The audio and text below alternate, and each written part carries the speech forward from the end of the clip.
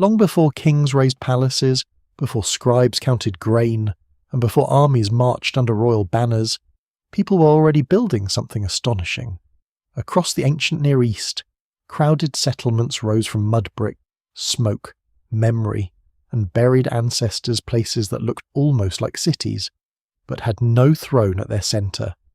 Before we go deeper, take a moment to like the video and subscribe, if this is the kind of history and mystery you enjoy, because tonight, we're entering the forgotten world of the people who built cities before kings existed. The first thing that disappears is not the city, it is the idea that a city needs a king. Beneath a pale Anatolian sky, on a mound slowly rising from centuries of mud brick, ash, plaster, and human memory, there is a settlement so crowded that its people do not walk through streets at all. They move across roofs, they climb down ladders into rooms warmed by hearth smoke, they sleep above the bones of their dead, they repaint walls that have already been painted before. They repair houses whose floors contain the traces of older houses, and beneath those, still older ones, until the entire place becomes less like a village and more like a living hill made of generations. No palace stands at its centre, no royal avenue cuts through its dwellings, no throne room announces itself in stone, no tomb glittering with gold tells the world that one person ruled over all the others. Yet thousands of people live here, close enough to hear one another's fires crackle, close enough to share work, danger, rumour, grief, and ritual. This is one of the great unsettling facts of early human history. People began building dense, complex, almost urban worlds before the familiar machinery of kingship had fully appeared. Before we go deeper, take a moment to like the video and subscribe, if this is the kind of history and mystery you enjoy. Because the story ahead is not simply about ancient ruins, it is about the strange moment when human beings learned to live together in numbers so large that no family memory could hold everyone. And yet they had not yet handed power to kings, courts, tax collectors, armies, or written law. It is about the forgotten people who built the foundations of civilization before civilization had acquired its most recognizable face. For a long time, the story of cities seemed to begin with rulers. The standard image is powerful and easy to remember: a fertile river valley, a surplus of grain, a temple platform rising above flat land, scribes pressing marks into clay, priests counting offerings, kings organizing labor, walls enclosing a population, and armies guarding the whole arrangement. In Mesopotamia, Egypt, the Indus world, and later many other places, that image has truth behind it. States do emerge. Bureaucracies do grow. Kings do claim divine favour. But the deeper archaeological record is less tidy. It shows experiments before the state, settlements before monarchy, large communities before clear hierarchy, and ritual landscapes before the first known crowns. The evidence remains incomplete, and scholars still debate how these communities governed themselves, but the buried traces are enough to disturb the old assumption that kings invented the city. The people at the heart of this story do not leave behind their names, they do not write royal inscriptions on stone, they do not carve long lists of conquests. Their lives survive in broken plaster, polished bone tools, charred seeds, grinding stones, beads, obsidian blades, human burials, animal horns, house floors, and the faint stains of meals cooked thousands of years ago. They live in a world after the Ice Age, when the climate is warming, landscapes are changing, and human groups across the Near East begin to experiment with new ways of staying in place. Some still hunt and gather, some manage wild plants, some begin to cultivate grain, some herd animals only gradually, over many generations, in a process far messier than the simple word farming suggests. What survives in the record suggests that no single invention suddenly creates settled life. Instead, people are pulled toward permanence by many forces at once: food, ritual, memory, safety, cooperation, and perhaps the desire to remain near places that have become sacred through repeated use. The most famous later example of this kingless density is Çatalhöyük in central Anatolia, but it does not stand alone. It belongs to a much wider transformation that stretches across Southwest Asia and beyond, beginning with small camps, seasonal gathering places, and early villages, then growing into more permanent communities. In some places, people build with stone. In others, they shape mud into bricks and plaster walls until they shine. They learn the stubborn labour of maintenance. A house made of mud brick is never finished forever. Rain eats it, smoke blackens it, floors crack, roofs sag, walls must be patched and replastered again and again. This repeated repair becomes one of the quiet signatures of settled life. To stay in one place is not passive. It is a decision made daily with hands, backs, baskets, tools, and memory. What makes these early settlements so fascinating is not that they look exactly like later cities. They are not cities in the sense of Babylon, Uruk, Memphis, or Rome. They have no written archives, no bureaucratic districts, no obvious royal courts. Their populations are smaller, their institutions harder to see. But they cross a threshold that matters. They bring large numbers of unrelated or distantly related people into constant proximity. They require coordination. They require shared expectations. They require ways to settle disputes, distribute tasks, organize construction, manage food, treat the dead, and maintain meaning. Something like politics exists, even if it does not yet wear a crown. This is where the mystery deepens. In later kingdoms, power advertises itself. It builds bigger than everyone else. It eats better, dresses better, and dies with more goods. It raises monuments and demands memory.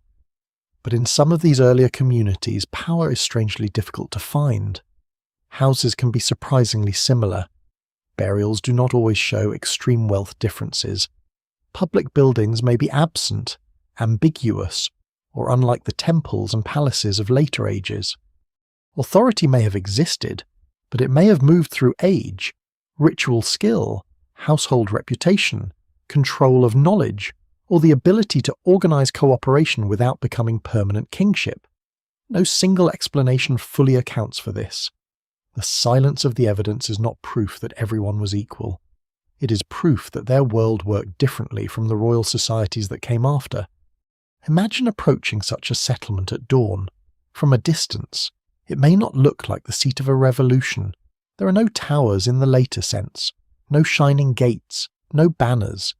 Instead, there is a raised mound of packed architecture, smoke lifting in thin columns, people already moving across roof surfaces, dogs nosing at refuse, children learning where not to step, adults carrying baskets, reeds, skins, fuel, water, stone, and food.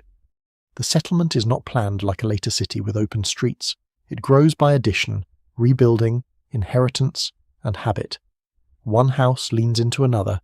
One roof becomes a pathway. One wall becomes the neighbour's wall. Privacy exists, but it is never absolute. Sound, smell, heat, smoke, and obligations seep between homes. Inside, the rooms are intimate and carefully ordered. A hearth burns near a wall. Platforms rise from the floor, used for sitting, sleeping, working, and burial. The dead are not always far away in separate cemeteries. In some communities, they remain beneath the living space, folded under floors, returned to the house like an ancestral foundation. This is one of the lesser-known details that makes the early settled world so haunting for some people. Home is not only where life happens, but where generations are literally layered. The living walk above the dead, cook above them, sleep above them, and perhaps draw strength, identity, or rights from their presence. Scholars still debate exactly what these burials meant, but they suggest that memory and belonging were built into architecture itself. The forgotten builders of these places are not primitive people waiting for kings to teach them order.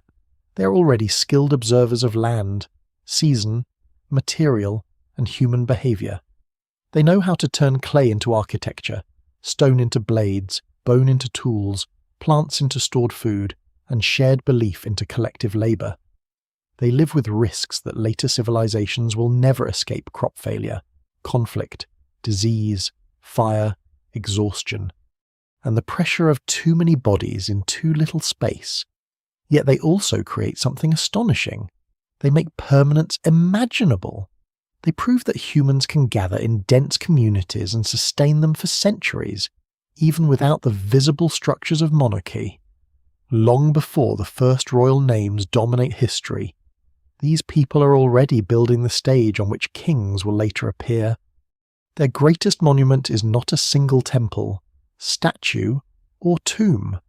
It is the accumulated decision to stay. Each repaired wall, each replastered floor, each buried ancestor, each shared roof path, each meal ground from grain and cooked in smoke-dark rooms becomes part of a transformation so profound that it changes the human future. The first kings will inherit a world already prepared by people whose names are gone. The first states will rise from habits older than writing. The first cities of history will stand on foundations laid by communities that had already discovered the power and danger of living together. And beneath the later story of crowns, conquest, and empire, there remains this older human presence, a crowd without a king, building upward from mud, memory, and need. Long before mud brick towns rise into mounds, the world itself begins to loosen from ice. For tens of thousands of years, much of the northern hemisphere has been shaped by cold, by glaciers, by lower seas, by open steppe and wind-battered grasslands where animals move in vast seasonal patterns, and human groups follow them with deep knowledge and little permanence. Then, slowly at first, and unevenly, the climate changes.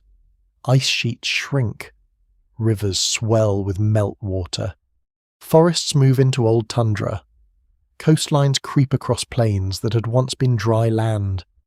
In Southwest Asia, the region that will later hold some of the earliest known settled communities, the shift is not a simple march from hardship to abundance. It is a restless, unstable transformation, full of warmer intervals, sudden reversals, local droughts, richer plant zones, and landscapes that change faster than the inherited memory can easily explain. For the people living through it, there is no single moment when the Ice Age ends. There is only the experience of seasons behaving differently from the stories of elders, herds appearing in altered places, familiar plants spreading or retreating, springs becoming more reliable in some valleys and less reliable in others. The world does not announce a new age. It offers opportunities mixed with danger. Wild cereals begin to grow thickly in some regions, especially in the hilly zones and open woodlands of the Fertile Crescent.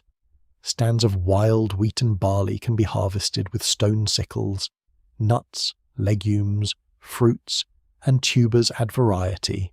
Gazelle, deer, wild cattle, boar, birds, fish, and smaller animals all become part of a broadening human diet.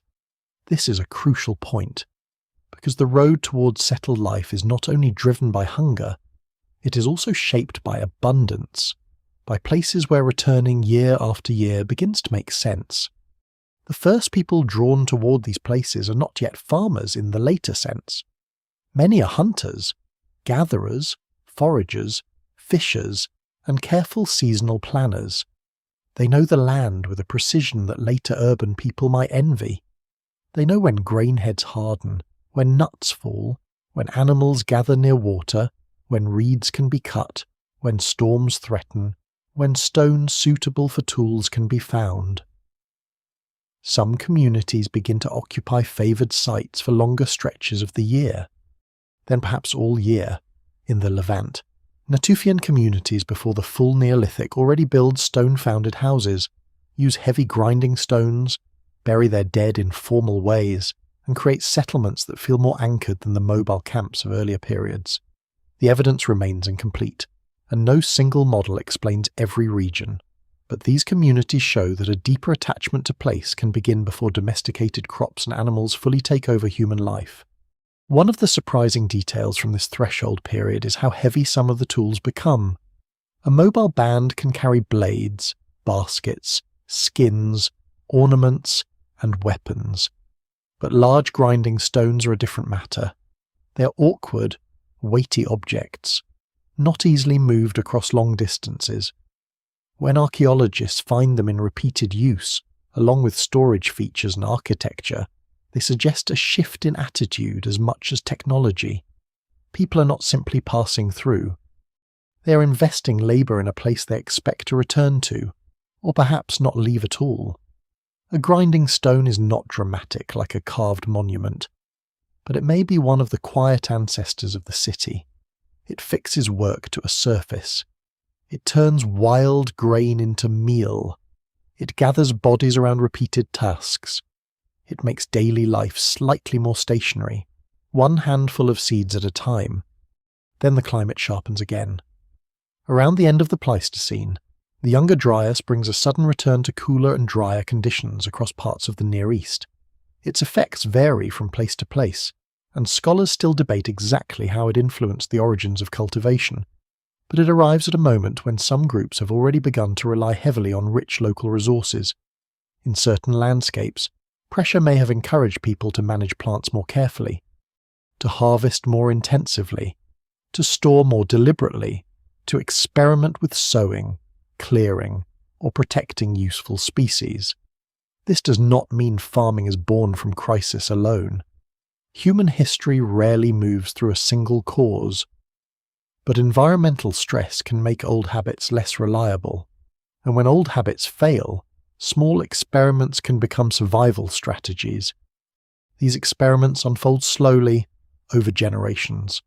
Wild wheat does not become domesticated because one person has an idea and everyone follows it. The change is biological, practical, and accidental as much as intentional. People harvest certain plants, move seeds, discard seeds, favour some traits without fully understanding the long genetic consequences. Over time, some cereals become less able to shatter naturally, meaning their seeds remain attached long enough for human harvesting. That trait is useful to people, though not necessarily useful to a wild plant. In this way, human behaviour begins to reshape plant evolution. The plants, in turn, reshape human settlement.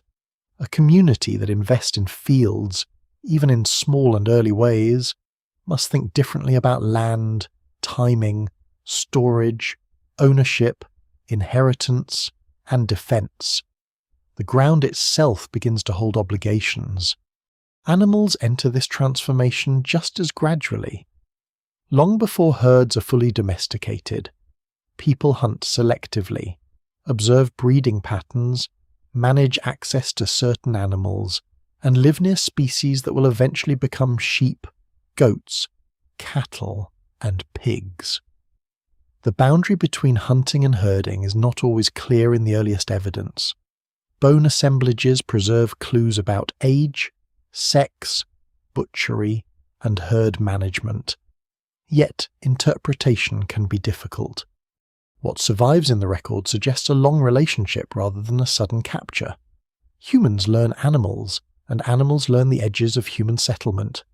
Over time, some species become food that walks with people rather than food that must always be chased. As the climate warms beyond the Younger Dryas, the Holocene opens a new chapter of relative stability. This stability matters. It does not remove drought, flood, or local disaster, but it gives human planning a more dependable background. Seasons become predictable enough that planting, harvesting, storage, and rebuilding can accumulate into traditions. Rivers and springs become anchors, alluvial soils, upland slopes, marsh edges, and steppe margins each offer different possibilities. The first long-lasting communities are not all alike because the landscapes are not alike. Some face mountains, some face plains, some sit near wetlands alive with birds, some cling to dry zones where water is precious. Their architecture, food, ritual, and social arrangements grow from these local conditions. The sea is changing too, as ice melts. Global sea levels rise, swallowing broad coastal plains where some early experiments may once have existed. This is one reason the record is incomplete. Not every important place survives on land for archaeologists to find. Some of the earliest coastal settlements, fishing camps, or gathering places may lie beneath modern water, erased from easy discovery. The story of the first settled worlds is therefore partly a story told from what happened to remain visible. Inland mounds survive better than drowned shores. Stone foundations outlast reed huts. Burned seeds preserve better than meals eaten without trace. Every reconstruction is built from fragments, and the fragments are uneven. Still, the pattern is unmistakable. The retreat of ice does not create cities by itself, but it creates a world in which staying becomes possible, then useful, then meaningful. Plants gather in harvestable stands. Animals return along known paths. Water sources become places of repeated meeting. Dead relatives are buried where the living continue to gather. Tools grow heavier. Houses become more substantial. Memory thickens around particular hills, springs, and clearings. The kingless settlements that later astonish archaeologists are born from this older intimacy between climate and habit. Before people build crowded roofscapes and plastered rooms, they first learn a slower lesson from a warming earth, that a place can hold them, feed them, test them, and call them back until movement itself begins to lose its old inevitability. Once people begin returning to the same places year after year, the landscape starts to change around them in ways that are easy to miss at first. A clearing becomes more open because brush is cut again and again. A patch of useful grain grows thicker because seeds fall near places where people thresh and process food. A path forms between water and shelter. Ash from old fires enriches the soil. Broken tools, animal bones, shells, beads, and discarded flakes of stone collect in the same places. Thin at first, then deeper, until human presence becomes a layer in the earth. The village is not born in a single act of foundation. It gathers itself through repetition. People arrive because a place is useful, then return because it is familiar, then remain because leaving would mean abandoning not just shelter, but memory, labour, and the dead. These early villages are among the quietest revolutions in human history. They do not look dramatic from a distance. They are not surrounded by the grand walls of later cities. They do not announce themselves with palaces or written decrees, yet inside them, almost every part of life is being rearranged. A mobile group can follow resources across a wide territory, carrying what matters and leaving little behind. A settled community must negotiate with permanence. Food has to be stored against lean seasons. Roofs have to be repaired before winter rain. Waste has to be pushed away, buried, burned, or tolerated. Disputes cannot always be solved by simply moving apart. Children grow up knowing the same walls, the same work areas, the same burial places, the same neighbouring families. The world becomes smaller in distance, but deeper in obligation. One of the most important signs of this transformation is storage. Storage sounds ordinary, almost dull, but it changes everything. To store food is to make a claim on the future. It means labour is separated from immediate hunger. Grain gathered in one season can feed people in another. Dried meat, nuts, pulses, seeds, and other preserved foods can soften the blow of scarcity. But storage also creates new questions. Who fills the pit? Who owns what is inside it? Who guards it? Who decides when it is opened? In a small kin group, custom may answer such questions quietly. In a larger village, where households differ in size, strength, luck, and skill, storage can become a source of cooperation and tension at the same time. The evidence remains incomplete, because a storage pit does not tell us exactly who controlled it, but its presence reveals a society learning to organize time. Mud brick deepens the commitment. In many early settlements, people turn earth into architecture by mixing clay, water, straw, chaff, or other tempering material, shaping bricks by hand, drying them in the sun, then stacking them into walls. It is a technology made from humble materials, but it requires knowledge and rhythm. Bricks must be made before they are needed. Walls must be laid, plastered, watched, and repaired. A mud brick house is vulnerable to rain and erosion. Yet that weakness may be part of its historical power, because buildings decay. People rebuild them, because they rebuild. Settlements rise. Over generations, old walls collapse, new floors cover them, and the village slowly lifts itself above the surrounding plain. Many famous mounds of the ancient Near East, later called tells, are not natural hills at all. They are the accumulated remains of people refusing to move. There is something almost stubborn in that refusal. To stay means accepting work that mobile life avoids. Floors must be swept. Vermin must be dealt with. Smoke must be endured. Grain must be protected from damp and insects. Water must be carried. Human waste becomes a daily problem. And yet people stay, because the benefits are powerful.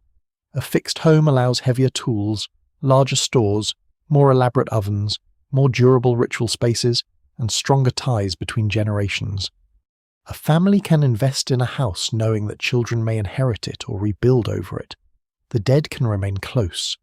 Knowledge of nearby soils, springs, trees, and animal paths becomes intensely local. The village turns the landscape into an archive of use. The people who live in these communities are not cut off from older ways. Hunting remains important in many regions. Wild foods continue to matter. Even groups that cultivate plants may still gather, trap, fish, and hunt. The transition to farming is not a clean replacement of one life by another. It is a long overlap.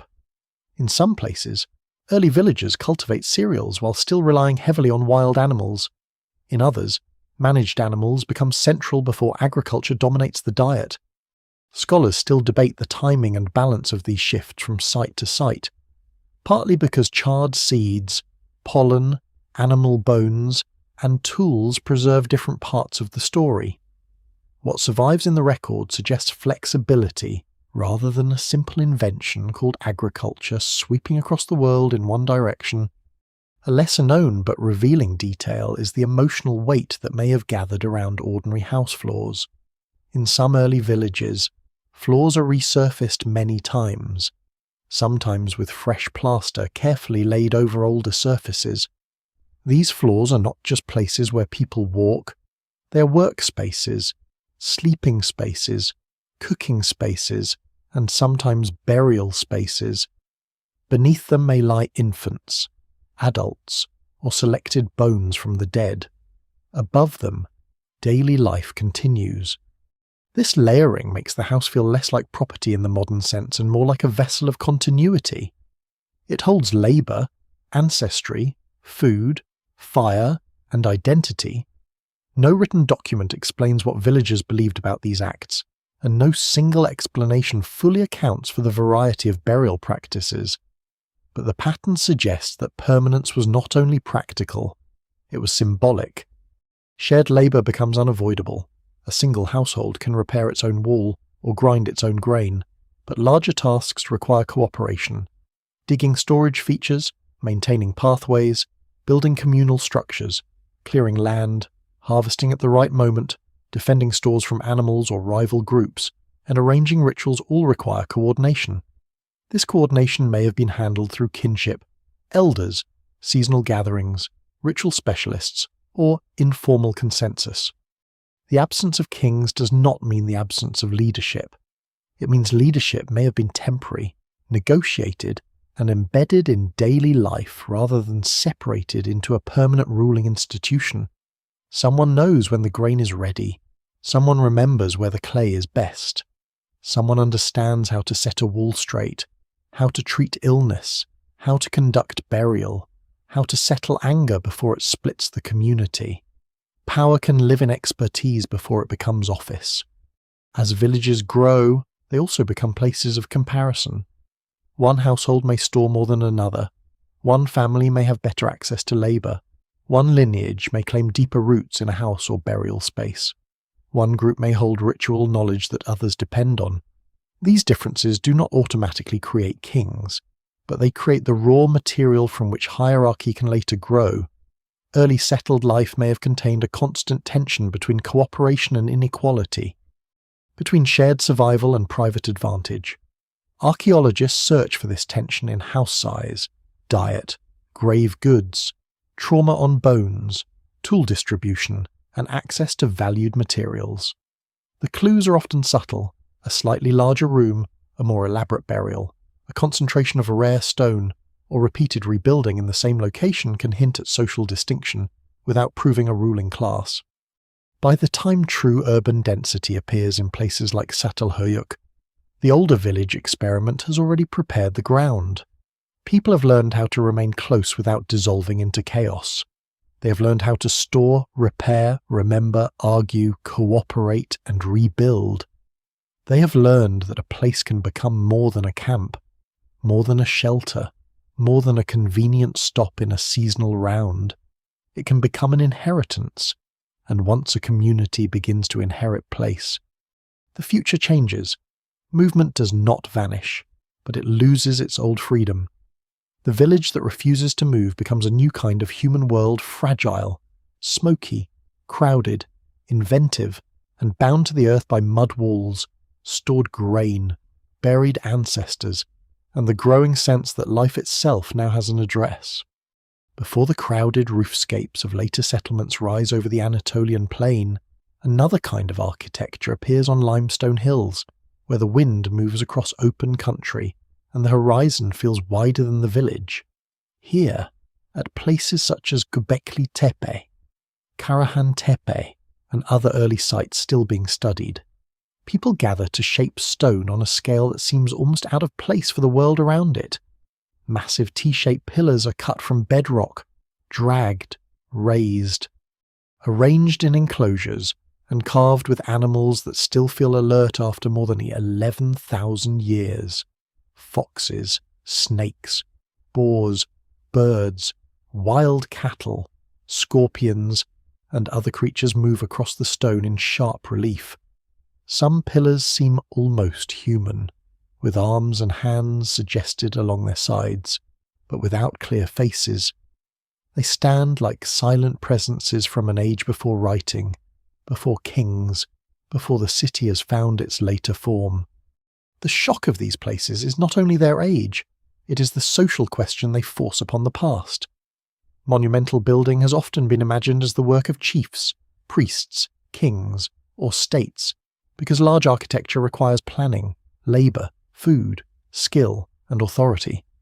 Yet Göbekli Tepe belongs to a time when the people who used it were still close to hunting and gathering lifeways, while agriculture was emerging, but not yet the complete foundation of society. That does not mean the builders were simple wanderers suddenly inspired to create a mystery temple. They likely belonged to communities with deep seasonal knowledge, strong regional networks, ritual traditions, and the ability to assemble labour at particular times. The evidence remains incomplete, but what survives suggests that large-scale cooperation could exist before kingship and before the fully developed farming village. This reverses an older assumption. For generations, many scholars expected farming to come first, then villages, then temples, then cities, then rulers. In many later societies, food surplus does support specialists and institutions. But the stone enclosures of southeastern Anatolia complicate the sequence. Ritual may not have been a luxury that appeared after settled abundance. It may have helped bring people together in the first place, shared belief, feasting, memory. And seasonal gathering may have created the pressure to produce more food, stay longer, organise labour, and strengthen ties between groups. Scholars still debate how far this idea should be taken, but the possibility is powerful. People may not have built sacred places because they were already settled. Sacred places may have helped teach them how to settle. Imagine the labour required. A group must select a pillar in the limestone, quarry it with stone tools, detach it without breaking it, move it across uneven ground, and stand it upright in a prepared enclosure. None of this requires metal, wheels, draft animals, or royal commands. But it does require coordination. It requires food, patience, stone knowledge, leverage, fibre ropes, timing, and bodies moving in rhythm. Someone must know where the pillar belongs. Someone must remember the forms carved into older stones. Authority is present, but it is not yet the authority of a king.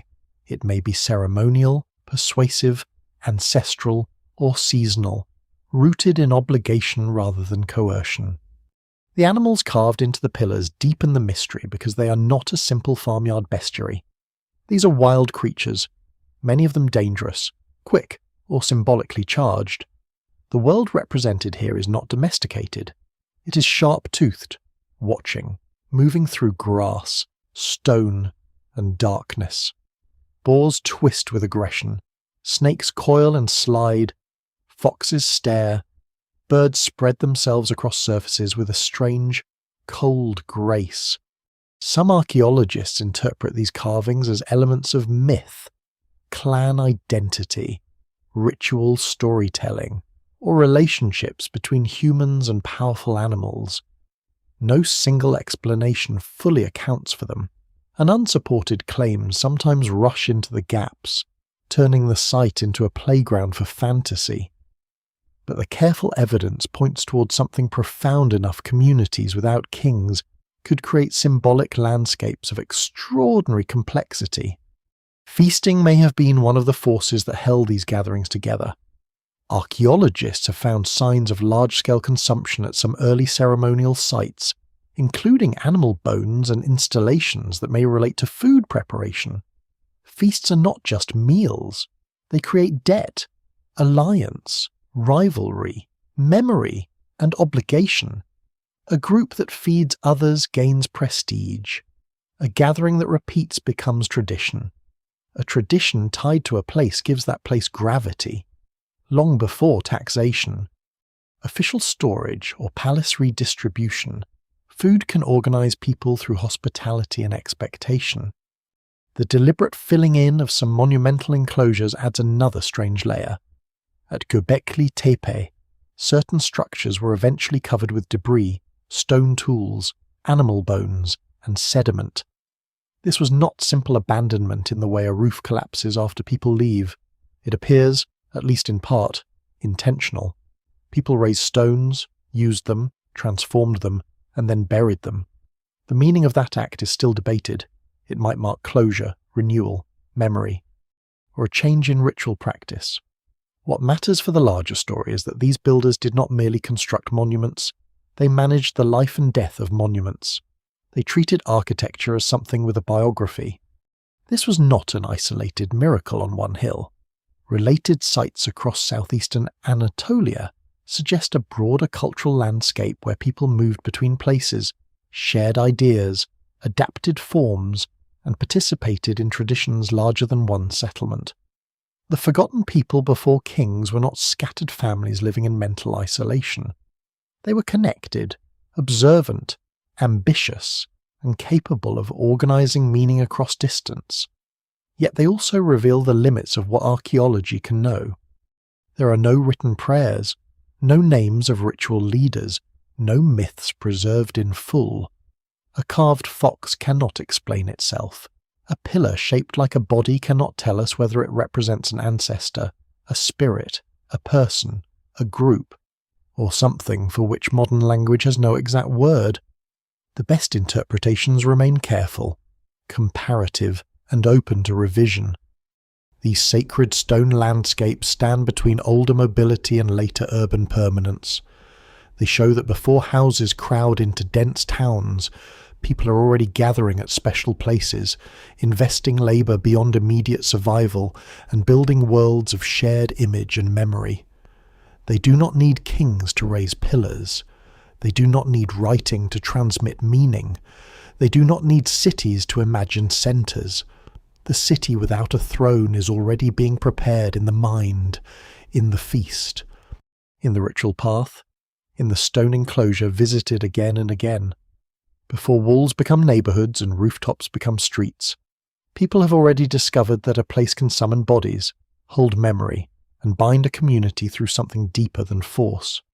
By the time the story reaches Çatalhöyük, the old village has become something harder to name. It is not a city in the later sense, not a capital, not a state, not a royal seat, and yet it is far too dense and enduring to be dismissed as a simple farming hamlet. It rises on the Konya plain of central Anatolia, in a landscape that is not exactly the dry, open country many visitors imagine today. In its earlier life, the surrounding world includes wetlands, seasonal marshes, grasslands, and distant volcanic sources of obsidian, water, reeds, birds, cattle, clay, grain, and stone all shape the settlement's possibilities. The people who live there are farmers and herders, but they are also hunters, gatherers, builders, painters, bead makers, tool makers, cooks, mourners, and keepers of household memory. Their world is not divided neatly between wilderness and civilization. It is a woven edge between the two. From above, Çatalhöyük must have looked almost like a single organism.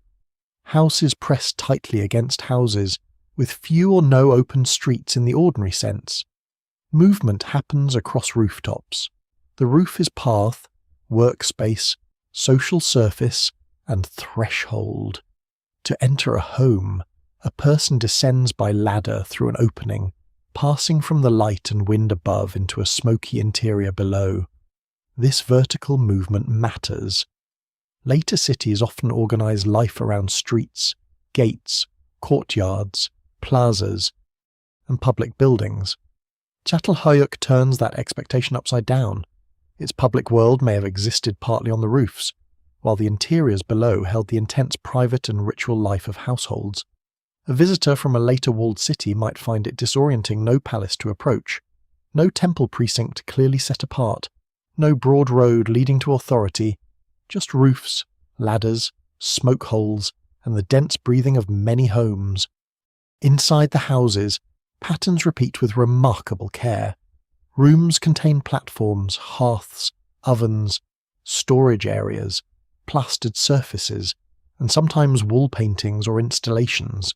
Floors and walls are replastered again and again, creating smooth, pale surfaces that catch light from the roof opening and the fire. Soot gathers, ashes cleared, tools are stored, food is prepared, bodies sleep, children grow, people die. Then the house receives the dead beneath its floors, often in flexed positions, sometimes reopened later, sometimes with skulls removed or treated in ways that scholars still debate. The house is not merely shelter, it is a ritual container, a family archive, a place where the boundary between domestic work and sacred action is almost impossible to draw. This is one of the reasons Çatalhöyük remains so powerful in the imagination. It refuses modern categories. A painted wall may be decoration, memory, ritual, teaching, or all of these at once.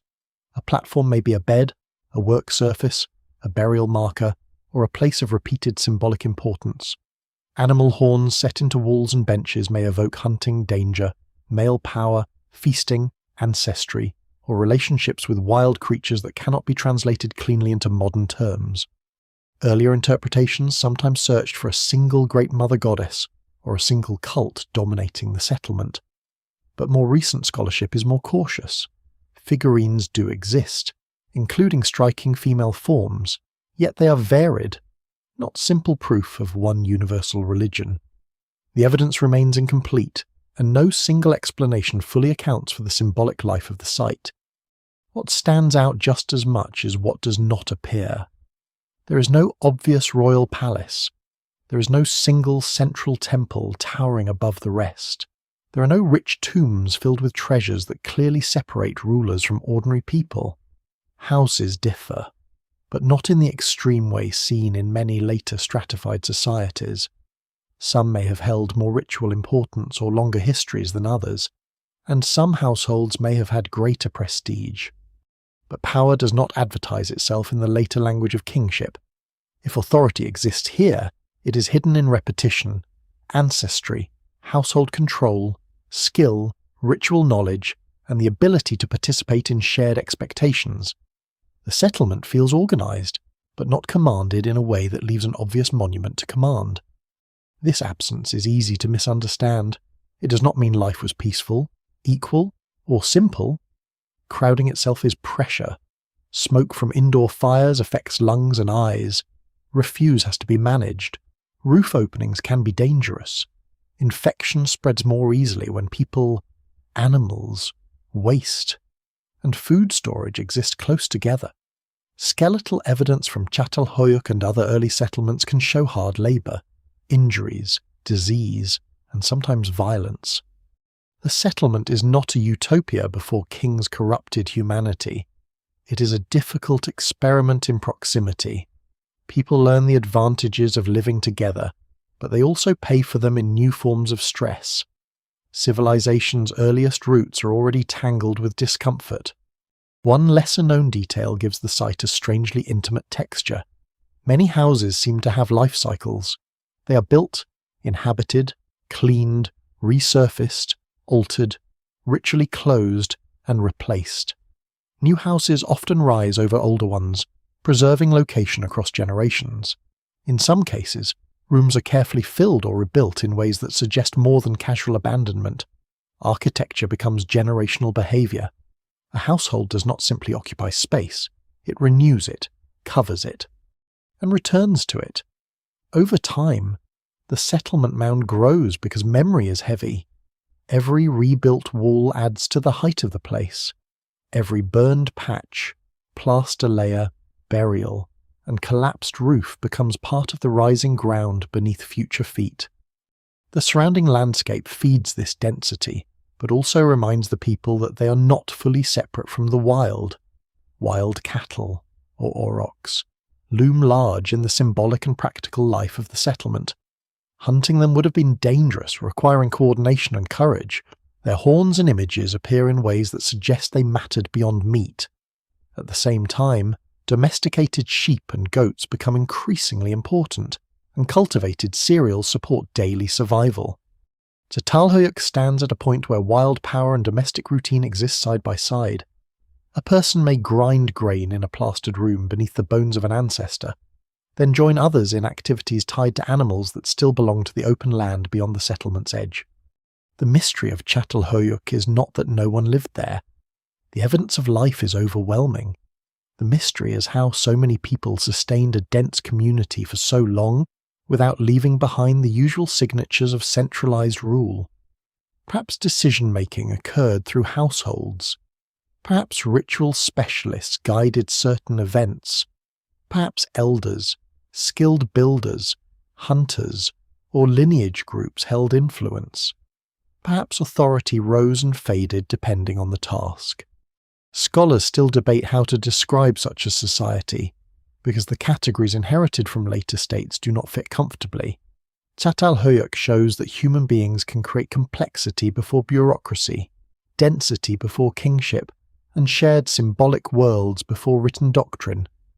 In the end, its most haunting feature is its ordinariness made enormous. It is made of houses, not palaces, floors, not avenues, hearths, not throne rooms, ladders, not processional gates. The people who live there do not know they're part of a future argument about the origins of civilization. They are solving immediate problems: food, family, death, repair, belonging, danger, memory. Yet by solving those problems in one place for centuries, they build something that forces the modern world to reconsider its assumptions. The city before streets is also the city before kings, and in its packed rooms the first deep question of urban life is already present. How can many households become one community without surrendering themselves to a crown? If power does not stand in a palace, it does not mean power is absent. It means it must be looked for in smaller places, in patterns that do not announce themselves with carved thrones or royal tombs. At Çatalhöyük, and in other early settlements like it, authority may have lived inside the house, not above it. It may have passed through the hands of those who remembered ritual procedures, managed food, maintained ancestry, repaired architecture, negotiated marriage ties, or knew how to bring people together when work exceeded the strength of one family. This is difficult for modern eyes, because later, history trains us to recognize power by its monuments. Kings build vertically, states count, tax, command, and punish. But in the older world before kings, power may have been horizontal, intimate, and constantly negotiated, woven through daily obligation rather than concentrated in one visible ruler. The house is the key. In these settlements, the house is not simply a private container for a nuclear family in the modern sense. It is a place of cooking, sleeping, storage, craft, burial, memory, symbolism, and continuity. Some houses are rebuilt again and again in the same location, as if a particular plot has meaning beyond convenience. Some contain more elaborate wall installations or repeated burials. Some may have served as focal points for extended groups, lineages, or ritual activities. The evidence remains incomplete, and archaeologists must be cautious, because a rich symbolic room is not automatically a temple, and a rebuilt house is not automatically the seat of a chief. Still, the pattern suggests that social importance could attach to households over time. A house could become old, remembered, respected, and perhaps influential. This kind of authority would not look like later kingship. It might not be inherited through a crown or enforced by guards. It could rest on being connected to the right ancestors, occupying a house with deep history, hosting gatherings, storing food, controlling access to ritual objects, or maintaining relationships with other households. In a dense settlement, influence may depend less on commanding strangers and more on being indispensable to neighbours. Someone must know when a wall needs rebuilding before it collapses. Someone must coordinate the plastering of a room, the closing of a house, the preparation of a burial, the sharing of meat after a hunt, or the movement of people across roof spaces during dangerous weather. Authority can grow from usefulness before it becomes domination. Food storage is one of the quiet arenas where power may have taken shape. Stored grain, pulses, dried foods, and other resources allow survival through lean periods, but they also create social leverage. A household with reliable stores can feed guests, support relatives, survive shortages, and gain prestige. Yet storage in early communities may not have produced private wealth in the later sense. It could be embedded in sharing rules, kinship expectations, or ritual obligations. The person who stores food may also be expected to distribute it under certain conditions. No single explanation fully accounts for how this worked, because storage features alone cannot reveal the moral rules surrounding them, but they show that economic life had already become more complex than immediate consumption. The future was being held in rooms, pits, baskets, and jars. Ancestors may have held another kind of authority. When the dead are buried beneath floors, the living are never entirely free from those who came before. A house with many burials may carry a deeper claim to place. The bones below a platform may help define who belongs, who inherits, and who has the right to remain. In some early Near Eastern communities, skulls are removed, plastered, displayed, or circulated in ways that suggest powerful relationships with memory and identity.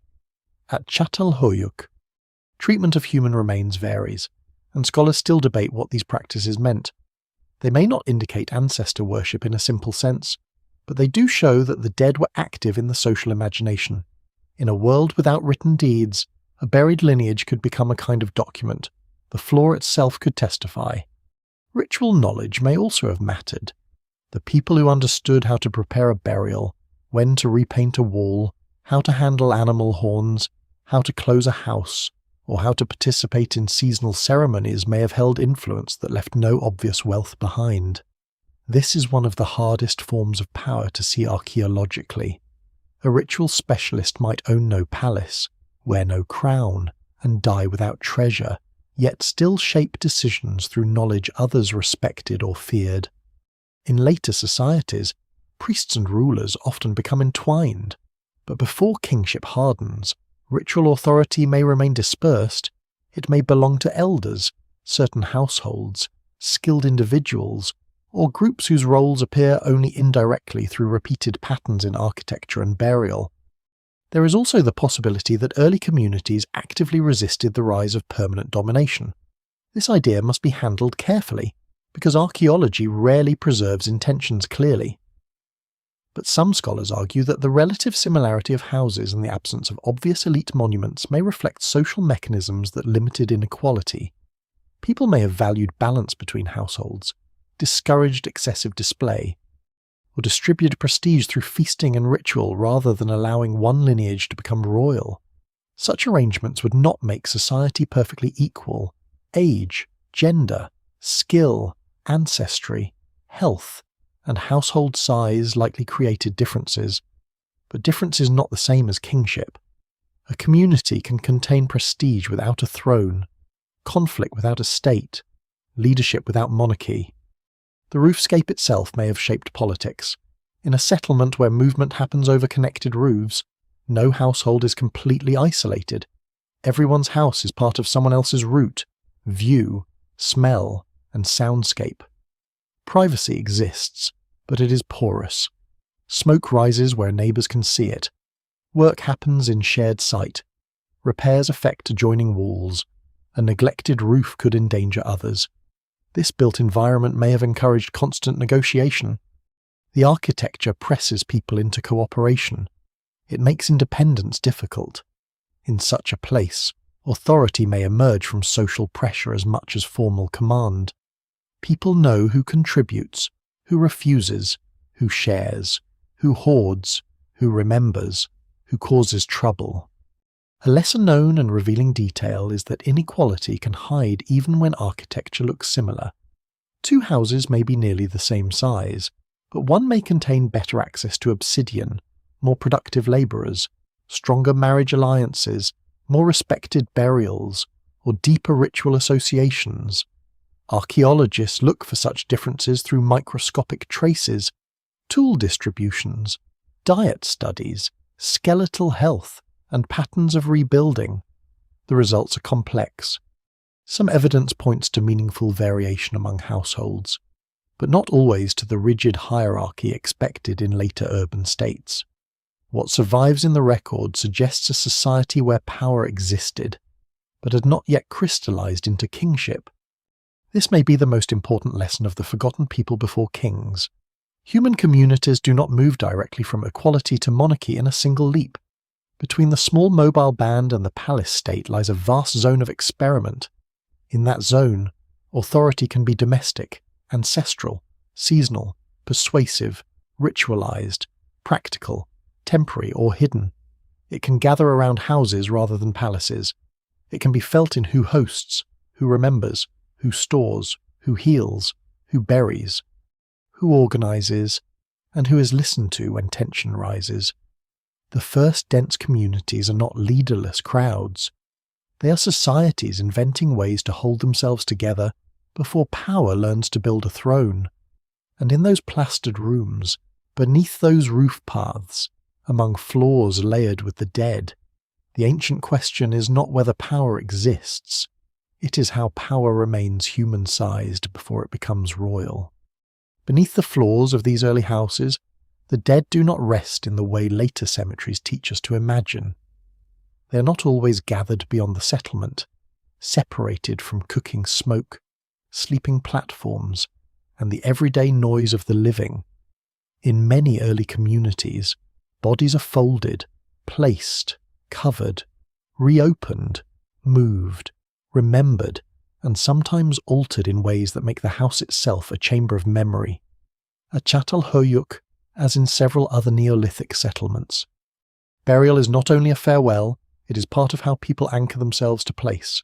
The living do not simply inherit land, they inherit rooms layered with bodies, gestures, obligations, and stories that leave no writing behind.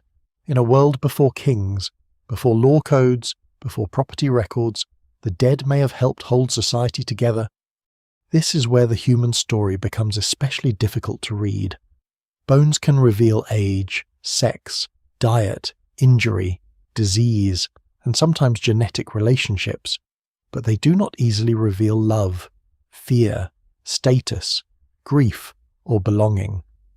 Archaeologists can study where a body was placed, whether grave goods accompanied it, whether it was disturbed later, whether its skull was removed, whether it lay beneath a particular platform, whether children and adults were treated differently. From such clues, they build careful interpretations, yet the evidence remains incomplete, and scholars still debate what these burials meant. Were people buried beneath houses because they belonged to a family line, because they were honoured ancestors, because the house was a sacred container, because the living needed the dead close, or because the dead gave the living rights to remain? The answers may have varied from house to house and generation to generation. Kinship is one of the central puzzles. Modern people often imagine early villages as clusters of biological families, each house belonging to a lineage descended from shared ancestors. That may sometimes be true, but the evidence is more complicated. Studies of skeletal remains, burial patterns, and ancient DNA at various Neolithic sites suggest that household identity does not always match simple biological descent. Some people buried together may not be closely related by blood. Some children may have been raised in households where ancestry was social as much as genetic. Marriage, adoption, alliance, residence rules, ritual belonging, and labour ties could all shape who counted as kin. What survives in the records suggests that the early house was not merely a family shelter, it was a social institution, and its membership may have been negotiated over time. Women stand at the centre of many popular stories about these settlements, but the reality is more subtle than older myths allowed. In the 20th century, some interpretations of sites like Çatalhöyük leaned heavily toward the idea of a mother-goddess culture, imagining a peaceful society organised around female divinity and fertility. The famous figurines, especially seated female forms, seem to support that picture. But later, researchers complicated it. The figurines are diverse. Many are small, handled objects rather than grand cult statues. Some female forms may relate to age, embodiment, food, fertility, death, or household ritual. But they do not prove a single goddess religion or a society ruled by women. Unsupported versions of that idea remain popular, but they go beyond what the evidence can securely show. Still, dismissing the old goddess theory does not make women invisible. Skeletal evidence and household archaeology suggest that women, men, and children all participated in the hard labour of settled life. Grinding grain, preparing food, tending animals, carrying water, making textiles or cordage, caring for children, maintaining houses, processing hides, gathering plants, and participating in ritual would have required immense daily effort. Some forms of labour leave marks on bones-worn joints, muscle attachments, spinal stress, dental wear from using teeth as tools, and repetitive strain from grinding or carrying. These traces remind us that the first dense settlements were not built by abstract communities. They were built by bodies, and many of those bodies were female. The question of gender hierarchy remains difficult. At Çatalhöyük, some studies have suggested that men and women may have had broadly similar diets and burial treatment, which has been interpreted by some scholars as evidence for less pronounced gender inequality than in many later societies. But caution is necessary. Similar burial treatment does not automatically mean equal power. Equality in one part of life can coexist with difference in another. Labour may have been divided. Ritual roles may have varied. Authority may have depended on age, household position, reproductive status, skill, or memory rather than gender alone. No single explanation fully accounts for the social balance. What can be said is that the sharp, visible, male-dominated hierarchies of later warrior kingship are not obvious here in the same form. Children, too, are part of the buried memory of these places. Their remains appear beneath floors, sometimes close to adults, sometimes treated in ways that suggest care, grief, and social meaning. In a world of high infant mortality, the death of children would have been painfully familiar, but familiarity does not mean indifference. A child placed beneath a house floor becomes part of that house's history. The living continue above. Meals are cooked, walls are plastered, work resumes. And yet the child remains physically present in the foundation of daily life.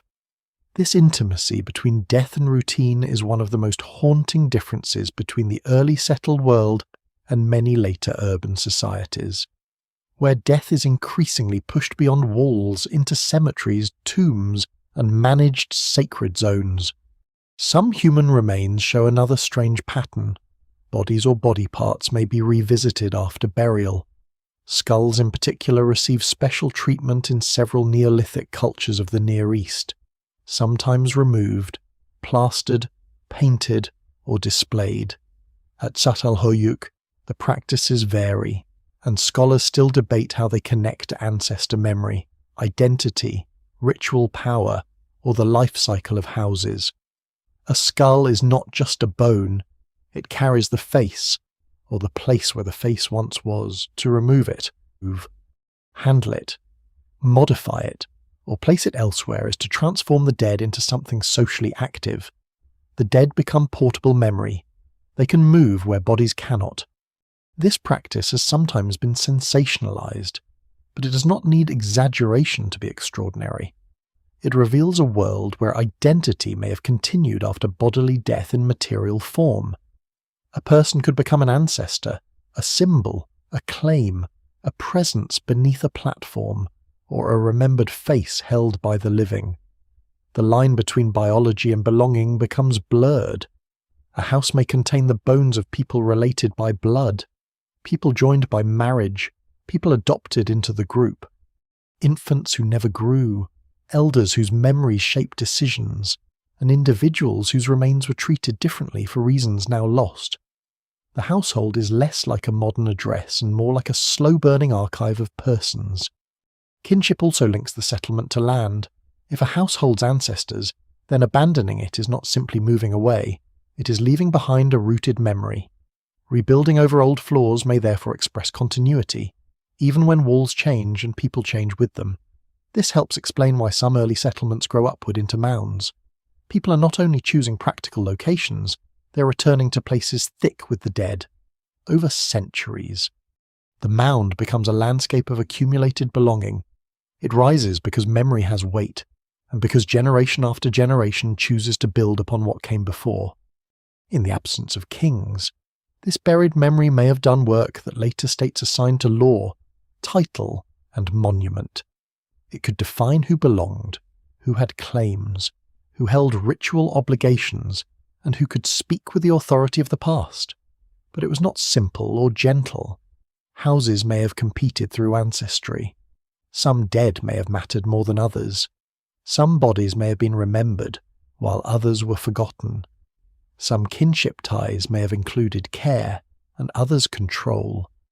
The first settled communities were human in the fullest sense, affectionate, practical, symbolic, unequal in subtle ways, and filled with tensions that archaeology can only partly recover. The forgotten builders before kings therefore leave one of their deepest messages underground. They show that civilization did not begin only with walls, grain, or trade. It also began with the decision to keep the dead close, to let houses become vessels of memory, and to build identity from bodies hidden below the places where life continued. Long before royal genealogies proclaimed descent from heroic ancestors, ordinary households were already making ancestry physical. Long before kings carved their names into stone, unnamed people were placing their dead beneath plaster and walking above them into the next morning. Daily life in the first dense settlements is often hidden behind the larger mystery of monuments, burials, and social power. But the survival of these places depends on humbler things. It depends on whether grain can be ground before the meal is needed, whether a hearth can be kept burning without filling the room with unbearable smoke, whether water can be carried before heat settles over the plain, whether walls can be patched before rain opens them, whether animals can be tended, hunted, butchered, and shared without wasting what took so much effort to obtain. The forgotten builders before kings live inside a demanding routine. Every day, the settlement has to be remade by hand. If the work stops, the city before kings begins to fall apart almost immediately. Food is the centre of this routine, but it is not the easy abundance imagined in simple stories about the birth of farming. Early cultivated grains are valuable, yet they require exhausting labour. Fields must be cleared or managed, seeds protected, harvests timed, stalks cut, loads carried, heads processed, grain dried, stored, guarded, and eventually ground. Grinding alone can consume hours. Stone against stone turns kernels into flour or meal, with dust rising and shoulders tightening from the motion. In skeletal remains from early farming communities, repetitive labour can sometimes be read in joints, backs, knees, and arms. The evidence remains incomplete, but what survives suggests that settled life does not reduce work. It changes the kind of work people must endure. The hearth gives warmth and food, but it also brings cost. In many early houses, fire burns inside enclosed rooms entered from the roof. Smoke escapes through openings, yet not perfectly. It blackens walls and lungs. It clings to hair, hides, baskets, plaster, and sleeping platforms. It can harden clay, cook grain, roast meat, dry foods, and make a house habitable during cold nights. But long exposure may have irritated eyes and airways. In a settlement where houses press against one another, fire is also danger. One careless ember can move through reeds, timber, mats, and roofs. A community built so tightly must live with flame as both servant and threat. Meat enters daily life in different ways. At Çatalhöyük, domesticated sheep and goats become increasingly important over time, while wild animals continue to matter, especially symbolically powerful creatures such as aurochs. The balance between herding and hunting shift across generations. Animal bones show butchery, feasting, ordinary meals, and changes in the surrounding economy, though scholars still debate the exact meanings of some patterns. A hunted aurochs is not just food. It is danger brought into the human world, requiring courage and coordination. Domestic sheep or goats represent a different relationship with animal life management, breeding, dung, hides, meat, and the daily discipline of keeping living resources close. Plants are just as varied. Wheat and barley matter, but early diets are not made of grain alone. Pulses, wild seeds, fruits, nuts, tubers, reeds, herbs, and gathered foods continue to support life. This variety matters because dependence on a narrow food base can be dangerous. A bad season, pests, damp stores, or conflict over access to land can quickly expose the fragility of settlement. Storage softens uncertainty, but it cannot remove it. Grain can rot, rodents can find it. Insects can damage it. A sealed pit can be a promise, but also a temptation. Food security becomes a social problem as much as a practical one. Water gives another rhythm to the day. In some early settlements, water is close enough to make density possible, but rarely so convenient that it becomes effortless. It must be fetched, stored, spilled, polluted, and fetched again. Reeds and wetland resources may be gathered from marshy zones. Clay for bricks and plaster must be prepared with water. Cooking, cleaning, hide processing, plant preparation, and bodily needs all draw on the same supply. As populations grow, the landscape around a settlement is worked, trampled, cut, grazed, harvested, and reorganized by daily demand. Craft production fits into this same fabric. Obsidian blades, bone awls, baskets, mats, beads, cordage, plaster, wooden objects, and textile-like materials all require skill. Some tools are made quickly for immediate use. Others reveal expert hands. Obsidian, especially, connects daily cutting tasks to long-distance exchange. because the stone often comes from volcanic sources far beyond the settlement itself. A sharp blade used to slice, hide, or harvest plants may carry within it the memory of a journey, a trade relationship, or an exchange network no king controls. Waste is the darker twin of food and craft. Every meal leaves bones, ash, husks, shells, broken tools, and scraps. Every body produces refuse. Every animal brought close to the settlement adds dung, smell, flies, and disease risk. Early communities develop habits for dumping, burning, burying, or relocating waste, but dense life makes filth persistent. This is one of the less romantic truths of the first settlements. They are inventive and meaningful, but also smoky, crowded, noisy, and dirty. The movement toward urban life is not a smooth ascent into comfort. It is a bargain, and some of its costs are paid in illness. Yet people stay. They stay because the same density that creates problems also creates resilience. Many hands can harvest quickly when grain ripens. Many eyes can watch children. Many neighbours can rebuild a damaged wall, share meat from a large animal, help during sickness, or participate in rituals that make hardship bearable. Skills multiply when people live close together. A child can learn by watching a potter, a hunter, a healer, a builder, a bead maker, a cook, a ritual expert, or an elder who remembers which season once failed. Knowledge no longer travels only with a small band. It accumulates in one place, thickening like the plaster on a house wall. This is the daily foundation beneath the mystery of kingless cities. Before there are rulers collecting grain, people are already grinding it. Before palace workshops, people are already making tools, beads, baskets, and blades. Before royal feasts, people are learning how food can bind households together. Before temples control offerings, hearths and house floors are already turning meals, fire, and memory into a shared world.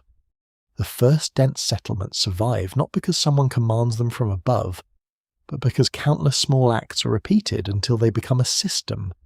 The system is fragile and full of strain, but it works long enough to change history.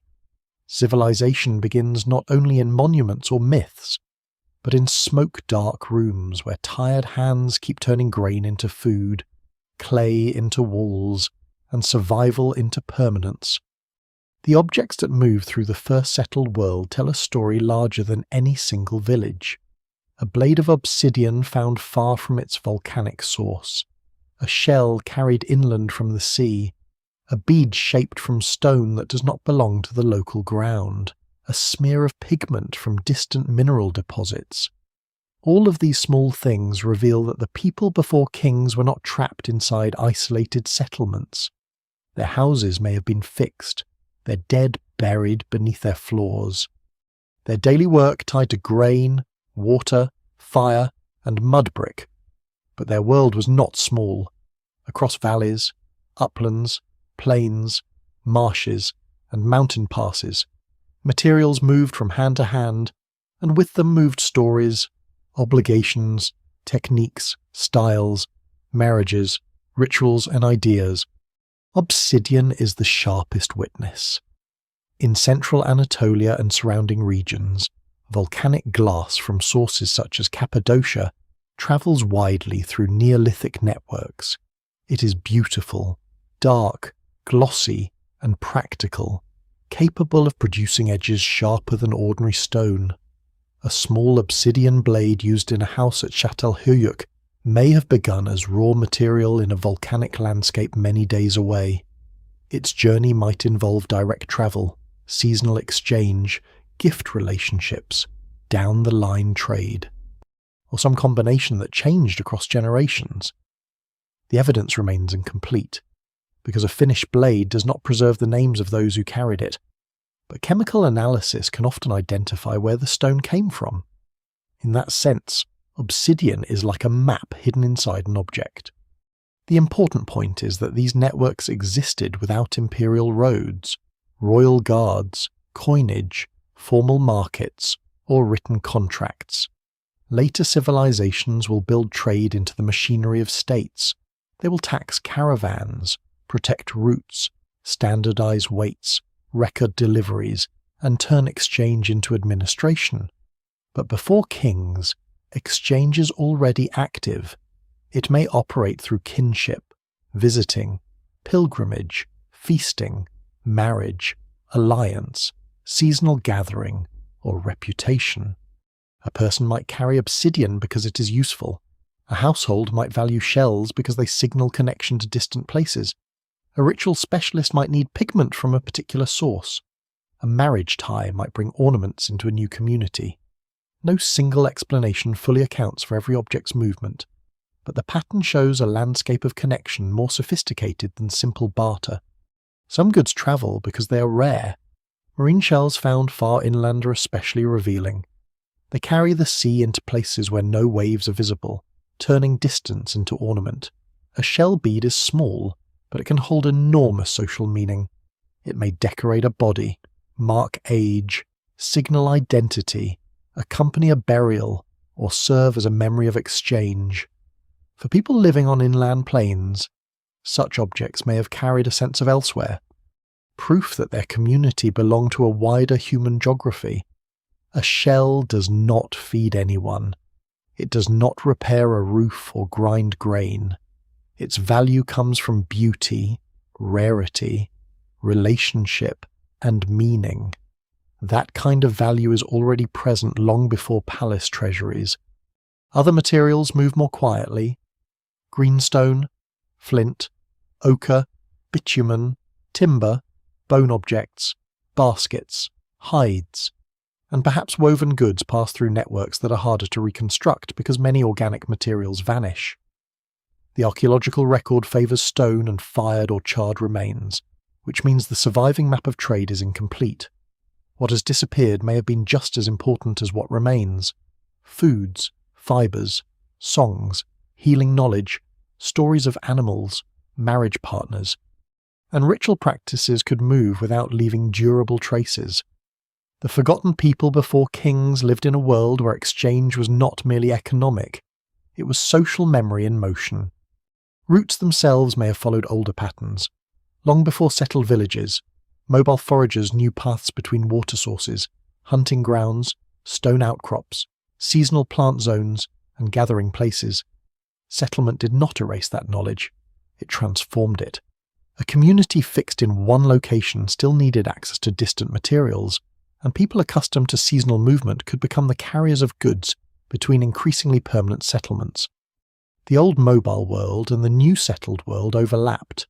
Some groups may have remained more mobile, connecting villages to landscapes beyond their daily reach. Scholars still debate how these interactions worked, but it is unlikely that early settled people simply turned inward and stopped moving. Permanence in one place may actually have made long-distance relationships more valuable. Exchange also creates trust, and trust creates politics. If a village depends on obsidian from distant sources, or on marriage ties beyond its immediate neighbours, then it must maintain relationships across space. Feasts can help, ritual gatherings can help, shared symbols can help. A carved form, a burial custom, a style of bead, or a familiar way of plastering a surface may allow strangers to recognise one another as participants in a broader tradition. This does not mean there was one unified culture ruling everything. The picture is much more fragmented, but it suggests communities linked by recurring practices, enough similarity to communicate, enough difference to make exchange meaningful. There is a hidden tension in these networks. Trade can bind people together, but it can also create inequality. A household with better access to rare stone may gain prestige. A person who controls a route may become influential. A community near a valuable source may attract visitors or demand obligations. Yet in many early settlements, this influence does not immediately harden into kingship. Valuable goods circulate, but they do not always pile up in royal tombs or elite palaces. Power may remain dispersed, negotiated through relationships rather than seized by a single centre. This is one of the strange features of the kingless world.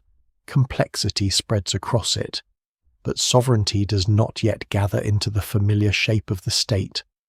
the movement of ideas may have mattered even more than the movement of things.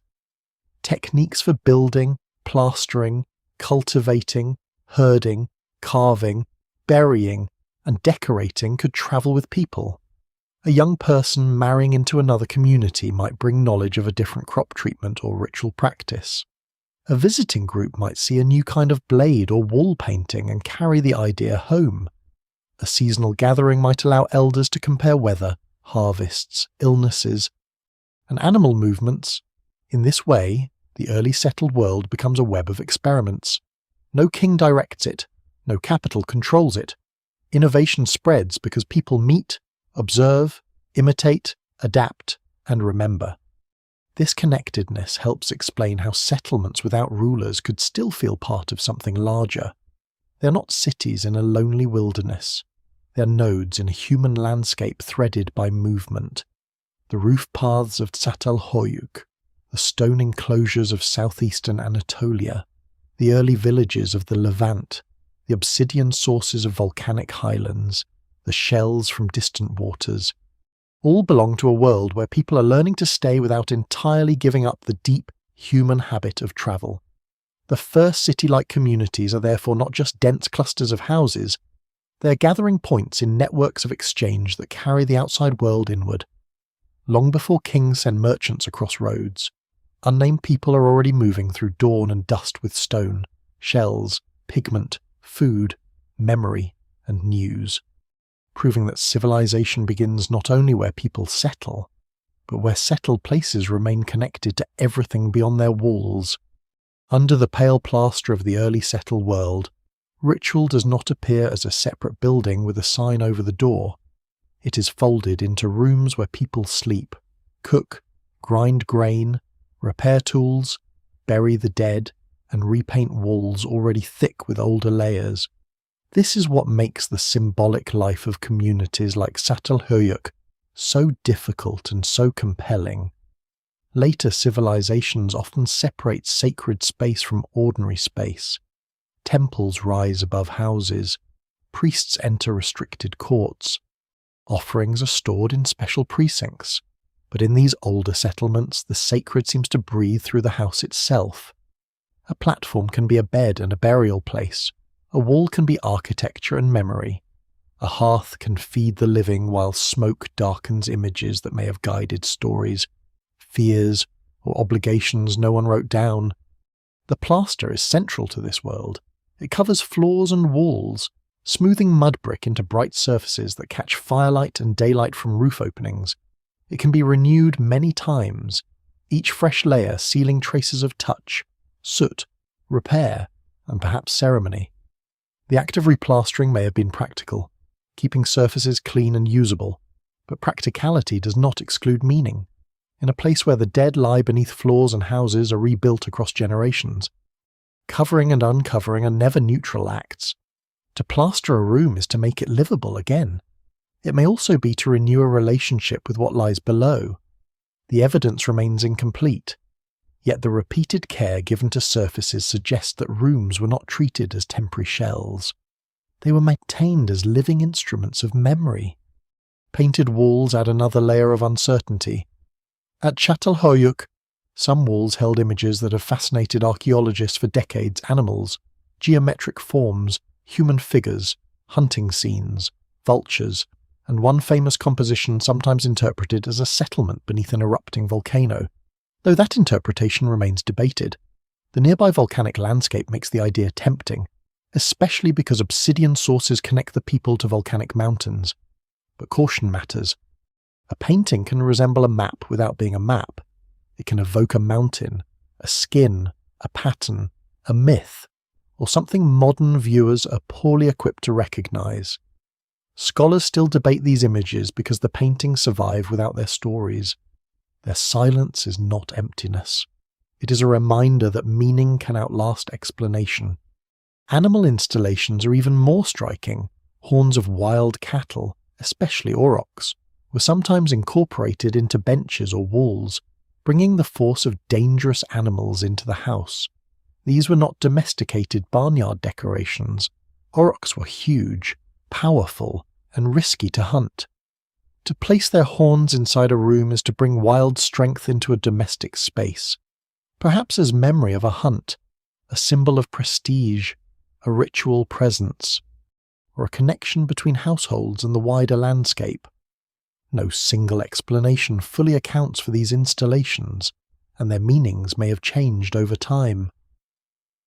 What survives in the record suggests that the people of Çatalhöyük did not imagine settlement as a complete escape from the wild. They carried the wild inward, fixed it in plaster, and lived beside it. Figurines create one of the most misunderstood parts of the story. Some are female, some are animal, some are ambiguous, some are carefully made, and others are rough or casually formed. Older interpretations often turn them into proof of a single mother-goddess religion. That idea remains popular because it is simple and dramatic, but it is not secure enough to carry the weight placed upon it. The figurines may have served many roles, teaching objects, ritual items, charms, toys, markers of identity, symbols of age, fertility, death, food, or household continuity. Some may have been meaningful for only a moment before being discarded. Their power lies partly in their variety. They show not one frozen doctrine, but a symbolic world full of small repeated acts whose exact meanings are now mostly beyond recovery. The treatment of skulls and bones deepens the same mystery. In parts of the Neolithic Near East, plastered skulls with modelled faces show that some communities engage directly with the human head as a focus of memory or identity. At Çatalhöyük, the practices differ, but the handling, burial, and occasional removal of body parts suggest that the dead could be revisited and transformed. This is not evidence for horror in the modern sense. It is evidence for intimacy. The body did not always become untouchable after burial. The dead might remain part of household life, part of ancestry, part of ritual action, part of the social fabric. What modern people often separate into religion, family, property, and history may have been experienced as one continuous field. There is also repetition in the closing of houses. Some buildings appear to have been deliberately cleaned, filled, burned, or rebuilt in ways that suggest structured endings rather than simple decay. A house could have a life, and that life could end properly. Objects might be placed, surfaces covered, rooms packed, walls sealed, and a new structure built above. This gives architecture a biography. A house is born through construction, matures through use, gathers dead and memory, and then dies into the mound so another house can rise. The settlement grows not because people forget the past, but because they keep covering it with new life.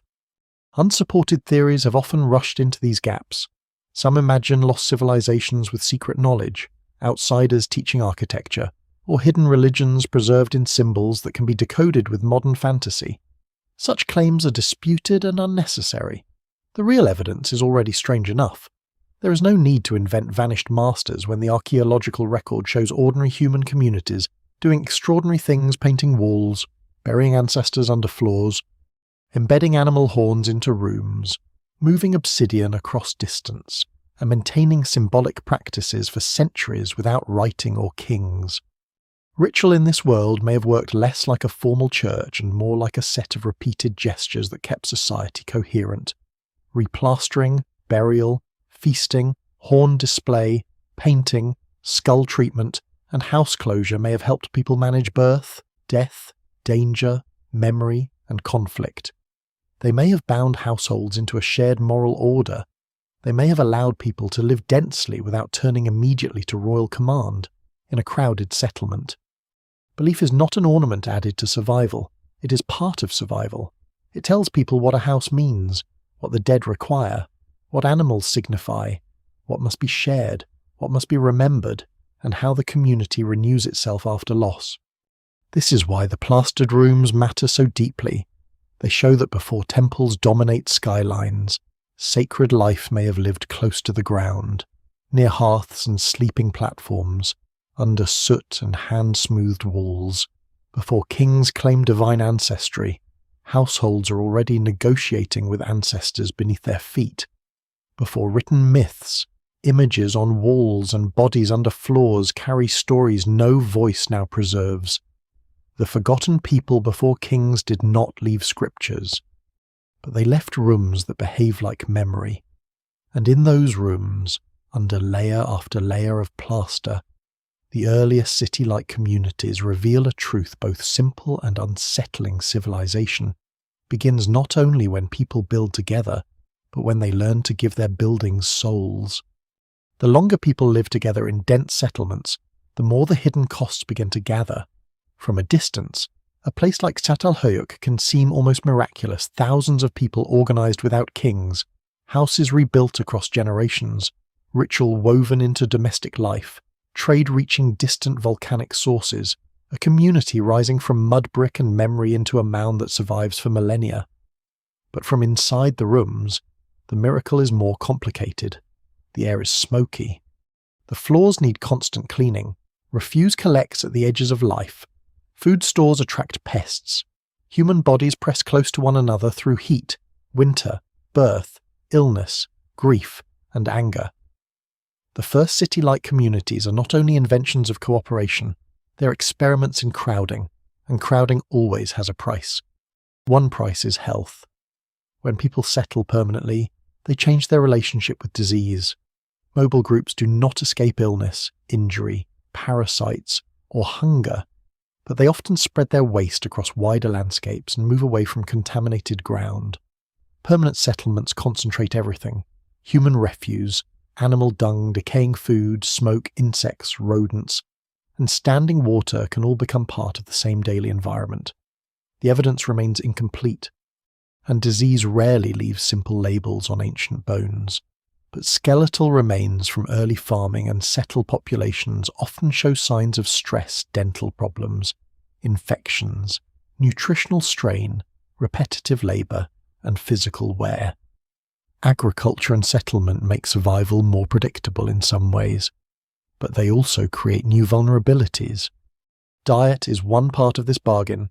Grain can feed many people, and stored grain can carry a community through lean months. But a diet leaning heavily on cereals can bring problems of its own. Teeth grind against tiny stone particles from milling.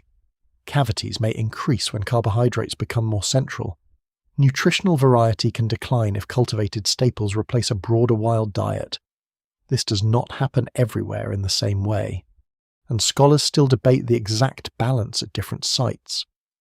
But the pattern appears often enough to challenge the old idea that farming was a simple improvement.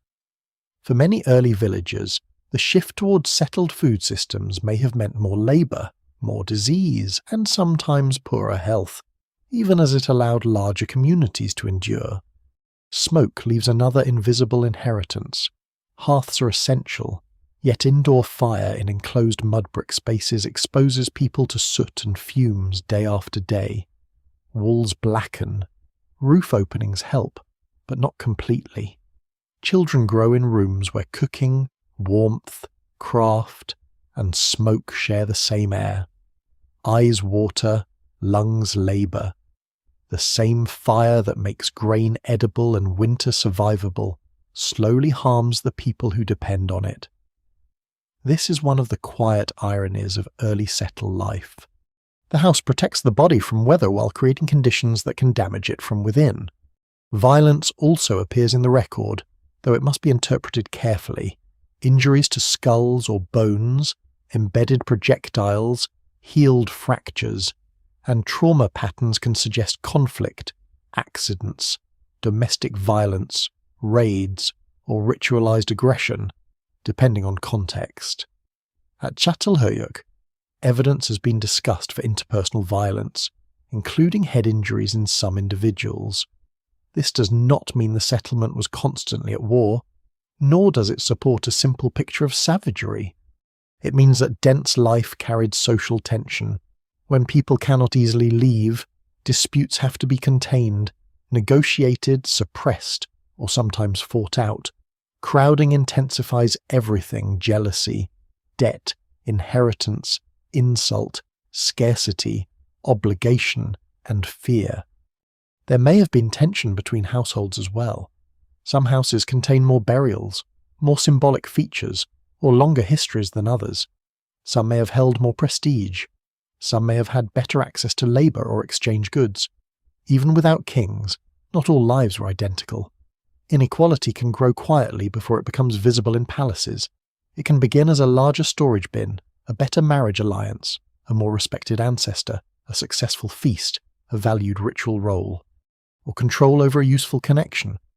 No single explanation fully accounts for the social differences seen in early settlements, but the possibility of subtle inequality matters because it shows that the world before kings was not necessarily a world without competition. The settlement itself can become a pressure chamber. Houses touching houses make cooperation necessary, but they also reduce escape. A leaking roof affects neighbours. A fire threatens adjoining structures. A dispute between households may spread because paths cross overhead and walls are shared. Children play where adults work. Animals, food, tools, and bodies all occupy overlapping spaces. Privacy is limited. Sound travels. Smell travels. Reputation travels fastest of all in such a place.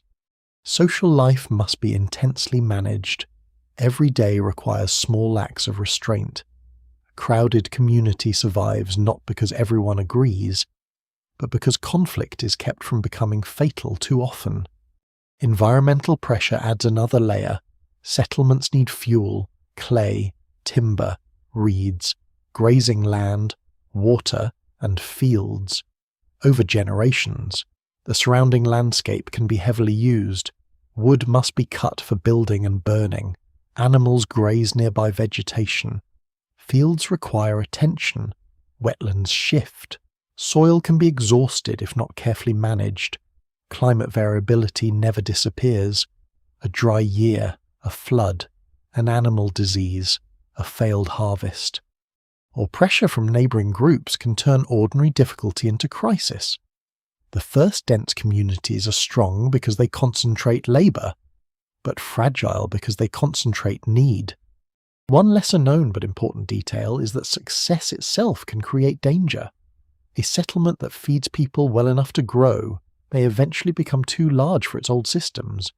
More people require more food, more fuel, more waste management, more social coordination, and more ways of settling disputes. What works for a few hundred may strain under several thousand. The same customs that once held a village together may become harder to maintain when not everyone knows everyone else.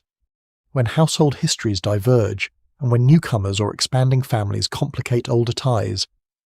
The city before kings faces a problem that all later cities will know: growth changes the rules. Yet these places do not simply collapse at the first sign of strain. Their endurance proves extraordinary resilience. People adapt, they shift diet, modify architecture, change burial practices, alter exchange patterns, move parts of the settlement, or eventually leave and carry their knowledge elsewhere. Abandonment is not always failure. Sometimes a settlement ends because water changes, soils weaken, social tensions rise, or better opportunities appear.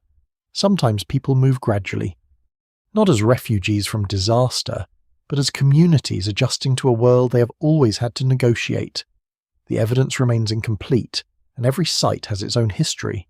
But the pattern is clear: early settlement is a long experiment, not a single triumph. The shadow beneath the plaster, then, is not a hidden catastrophe waiting to be revealed. It is the ordinary difficulty of living together. Disease, smoke, labour, crowding, inequality, violence, and environmental strain all grow from the same roots that produce cooperation: ritual, exchange, and memory. This is what makes the forgotten people before kings so human. They are not innocent figures in a lost golden age, and they are not crude ancestors waiting for rulers to civilize them.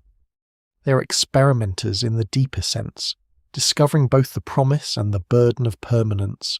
They build communities large enough to change history, and in doing so they uncover the oldest urban truth: the closer people live, the more they need one another, and the harder it becomes to survive one another.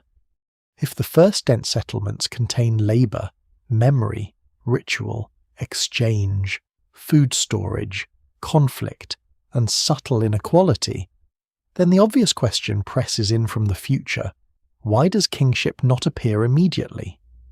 Why does a place like Çatalhöyük not produce a throne, a palace, a royal burial, a ruling dynasty, or at least some clear sign that one household has turned influence into command? The answer is not that early people lacked ambition, imagination, or political tension. They had all three. The answer is more difficult, because power does not become monarchy simply because many people live close together. A king is not just a strong person. A king requires a social world willing, or forced, to make authority permanent, inherited, public, and difficult to escape.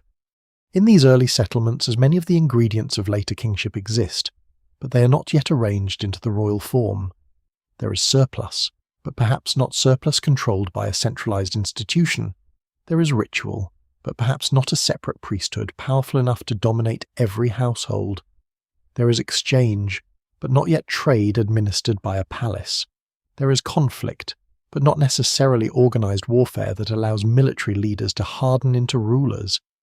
There are respected houses, ancestors, skilled people, and influential networks. But influence may remain distributed across the community. The evidence remains incomplete, yet what survives suggests that authority could rise in particular situations without becoming a permanent office standing above everyone else. One reason may be the strength of the household. In later states, households are often absorbed into larger institutions, temple estates, royal administrations, taxation systems, military obligations, legal hierarchies. But in the kingless settlements, the household still appears to be one of the main centers of social life. It stores food, buries ancestors, hosts ritual, controls work, and preserves identity.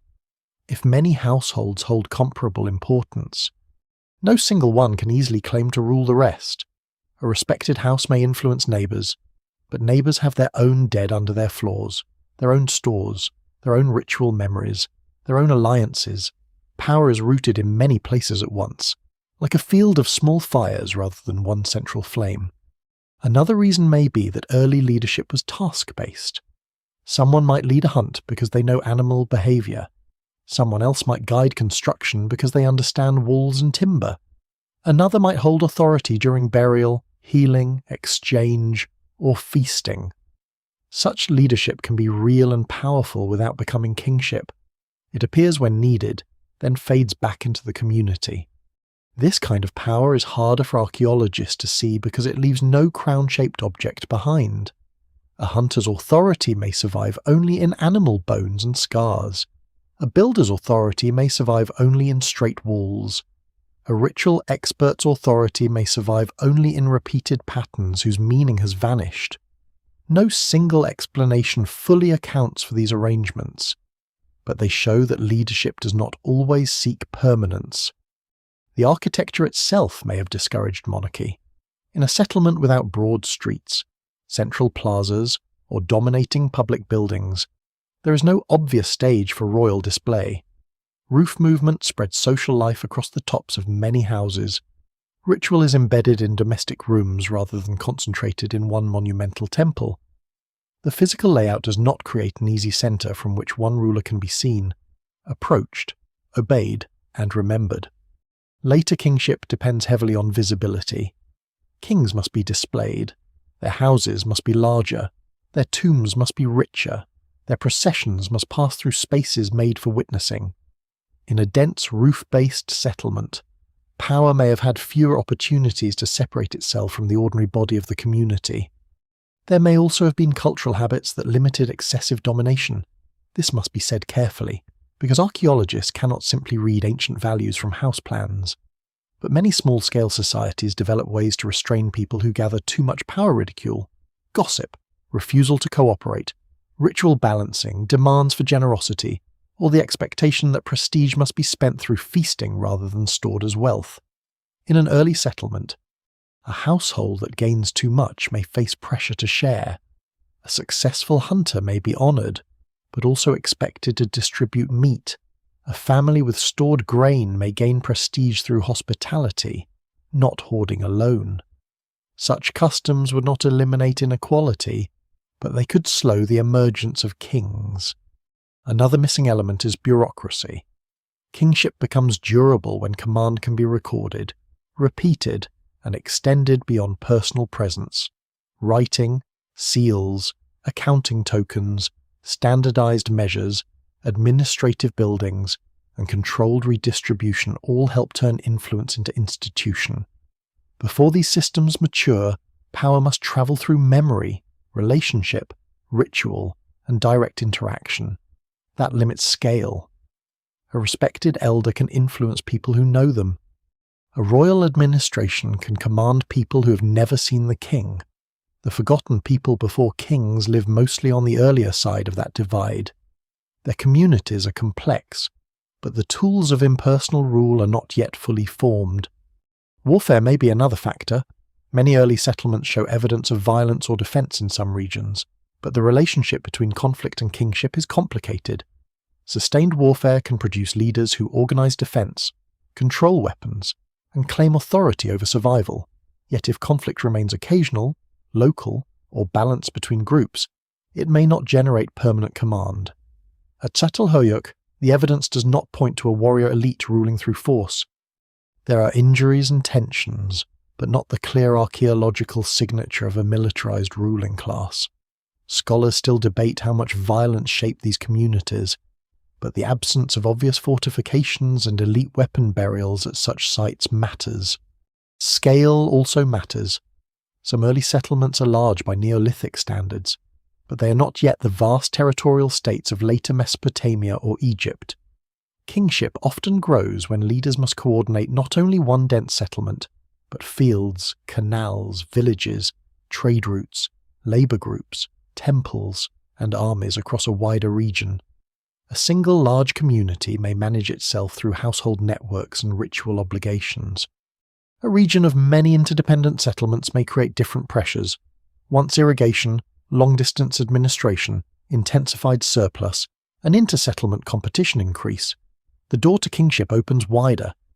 But in the earlier world, the social machine has not yet reached that threshold. The most important answer may be that people did not know they were supposed to be moving toward kings. History looks backward and imagines a ladder camp, village, town, city, state, empire. But the people living through these changes are not climbing toward a destination. They are solving problems in the present. They organize labor because walls need repair. They bury the dead because memory matters. They exchange obsidian because sharp stone is useful and relationships are valuable. They share rituals because symbols hold the community together. Kingship is only one possible outcome of complexity, not its inevitable beginning. So the absence of kings is not a gap in the story. It is the story. It reveals that human beings could create dense, enduring, symbolically rich settlements without immediately surrendering to monarchy. These communities were not simple, peaceful, or perfectly equal. They were full of pressure, distinction, ambition, and conflict. But they show a long moment when power remained close to the ground, trapped in houses, bodies, obligations, and memory, before later societies lifted it above the rooftops and gave it a crown.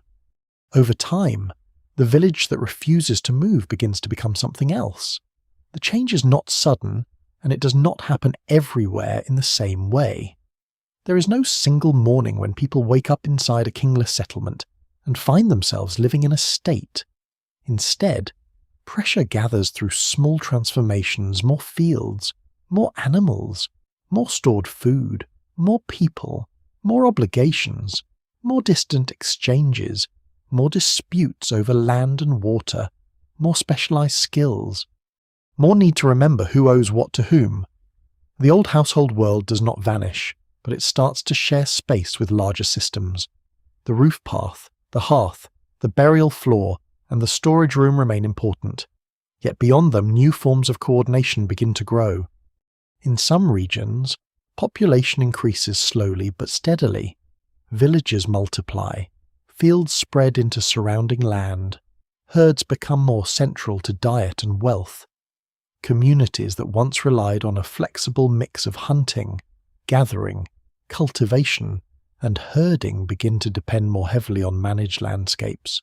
This creates new forms of vulnerability and new opportunities for control. A field cannot be moved easily when conflict comes. A herd can be counted, guarded, stolen, inherited, or exchanged.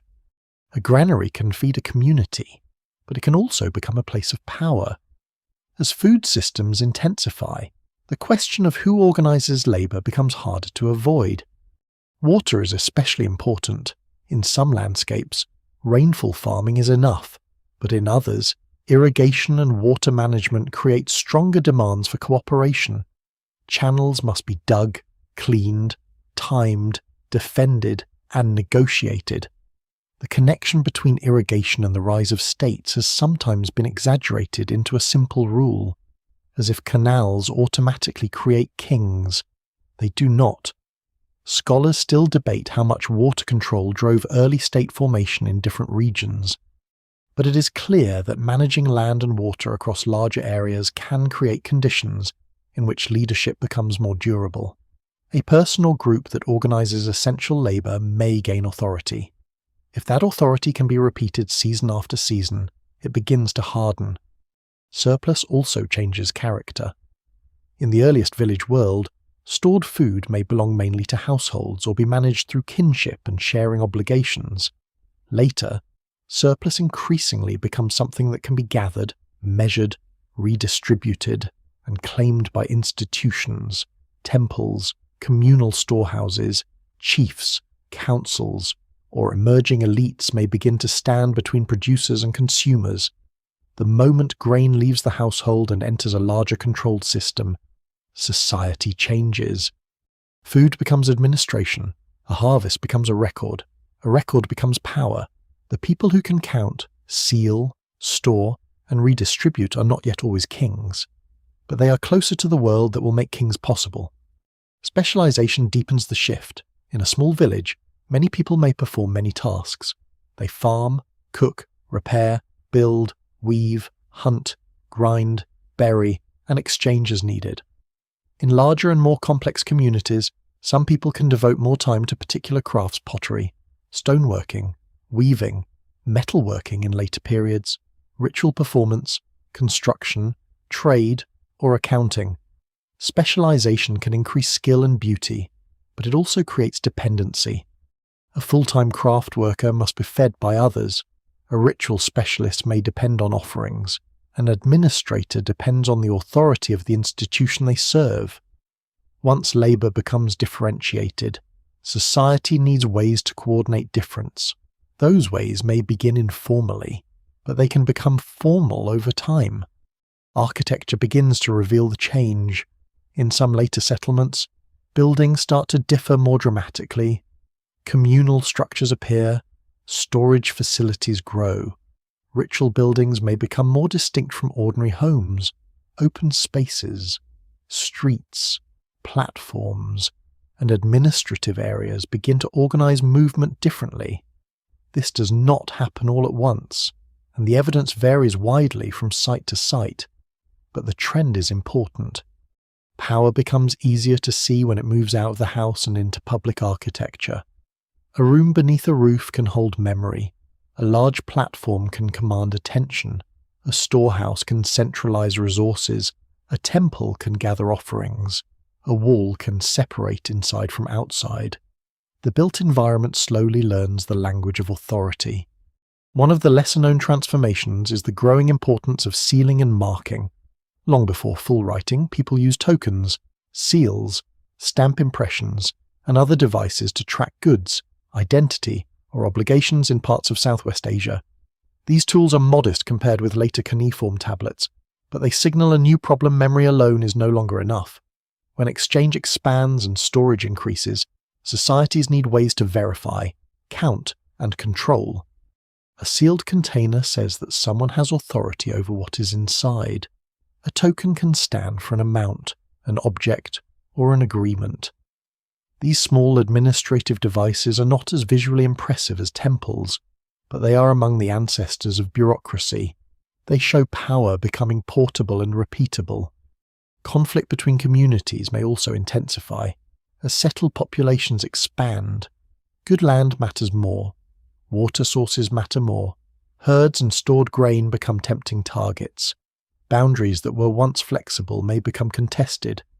Defensive walls, clustered settlements, trauma on skeletons, and destroyed layers can all suggest tension, though interpretation must remain cautious. Not every burned building is evidence of war.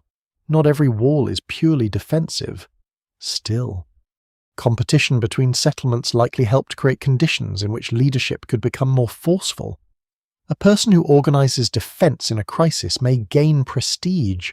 A community that survives conflict may accept stronger authority. Repeated danger can make command seem necessary. Yet the old world does not simply disappear beneath the new one. Households remain powerful. Ancestors remain meaningful. Ritual remains embedded in daily life. Villagers continue to grind grain, repair walls, raise children, bury the dead, and negotiate with neighbors. Even when larger institutions grow, they draw strength from older habits. The first administrators count grain that households have produced. The first temples gather offerings from communities already used to ritual obligation. The first rulers claim authority over people whose ancestors had long built, stored, exchanged, and cooperated without them. Kingship does not create complexity from nothing.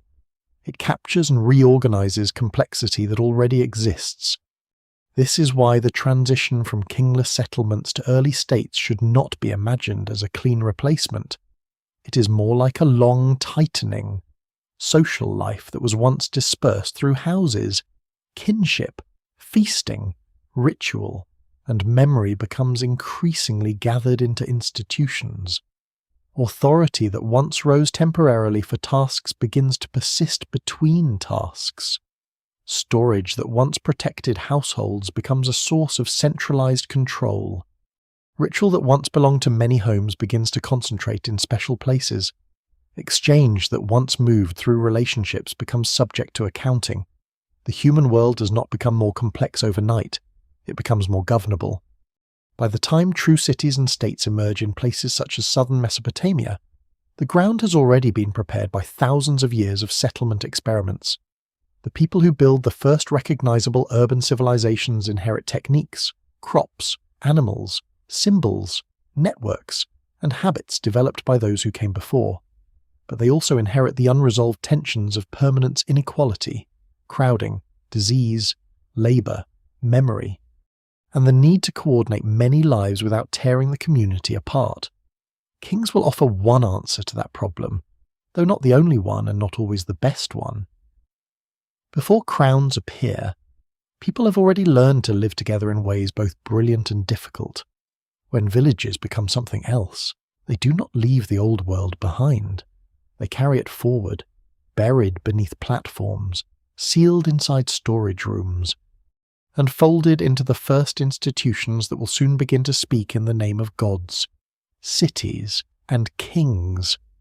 Far to the southeast of the Anatolian roofscapes and the older ritual hills, the low plains of Mesopotamia begin to gather their own momentum. Here, between the Tigris and Euphrates and their shifting branches, another landscape teaches people a different lesson about permanence. The land is rich, but it is demanding.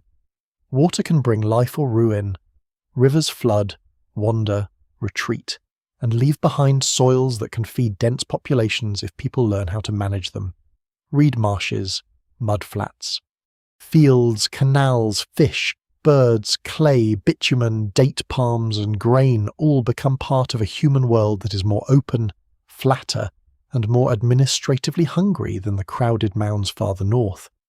Eventually, in this southern land, cities like Uruk rise with a scale and institutional force that earlier settlements never possessed. But Uruk does not come from nowhere. Behind it stands a long prehistory of people who had already learned to settle, store, build, trade, remember, and organize life long before any king's name dominates the record. The first Mesopotamian cities inherit an old toolkit. Mud brick architecture is already ancient by the time monumental platforms and temple complexes rise above the southern plain. The habit of turning earth into walls, repairing surfaces, rebuilding over earlier structures, and letting settlements rise into mounds has deep roots. Grain storage is already familiar. Herding and cultivation have already reshaped daily life. Long-distance exchange has already moved obsidian, stone, shell, and other valued materials across wide regions. Ritual has already drawn communities together around buildings, images, offerings, and repeated acts of renewal. The later city-state will transform these habits, enlarging and formalizing them, but it does not invent them from nothing. Kings inherit a world already made governable by centuries of unnamed labour. Uruk, when it grows, is different in scale and character from places like Çatalhöyük. Its population becomes far larger. Its architecture includes monumental precincts. Its economy depends on intensified agriculture and complex redistribution. Administrative tools multiply: seals, sealings, numerical tablets, accounting practices, and eventually writing begin to appear within a world where institutions must manage goods, workers, offerings, and obligations at a scale memory alone can no longer hold. This is one of the great turning points in the human story. The spoken agreement, the remembered debt, the household store, and the ritual obligation begin to be captured in signs, marks, containers, and controlled spaces. Authority becomes less dependent on personal familiarity. It can now be recorded. Yet even here, at the edge of history, the evidence remains incomplete. The earliest writing does not tell long stories of kings and battles. It mostly counts, labels, allocates, and records. It is administrative before it is literary. The first tablets are not grand poems explaining how civilization began. They are closer to lists, accounts, and economic notations, the dry bones of bureaucracy. This is a surprising detail, because modern people often associate writing with wisdom, myth, and memory. In its early Mesopotamian setting, writing appears first as a technology of management. It helps institutions see what no single person can remember: quantities of grain, animals, labour, beer, textiles, and goods moving through an increasingly complex urban machine. The temple plays a powerful role in this transformation. In later Mesopotamian cities, temple institutions hold land, receive offerings, organize labour, and shape civic identity. They are not merely places of private belief. They are economic and political centres, but the deeper roots of sacred architecture reach back into a world where ritual and community were already intertwined. The difference is concentration in the kingless settlements. Ritual often remains embedded in households or local gathering places.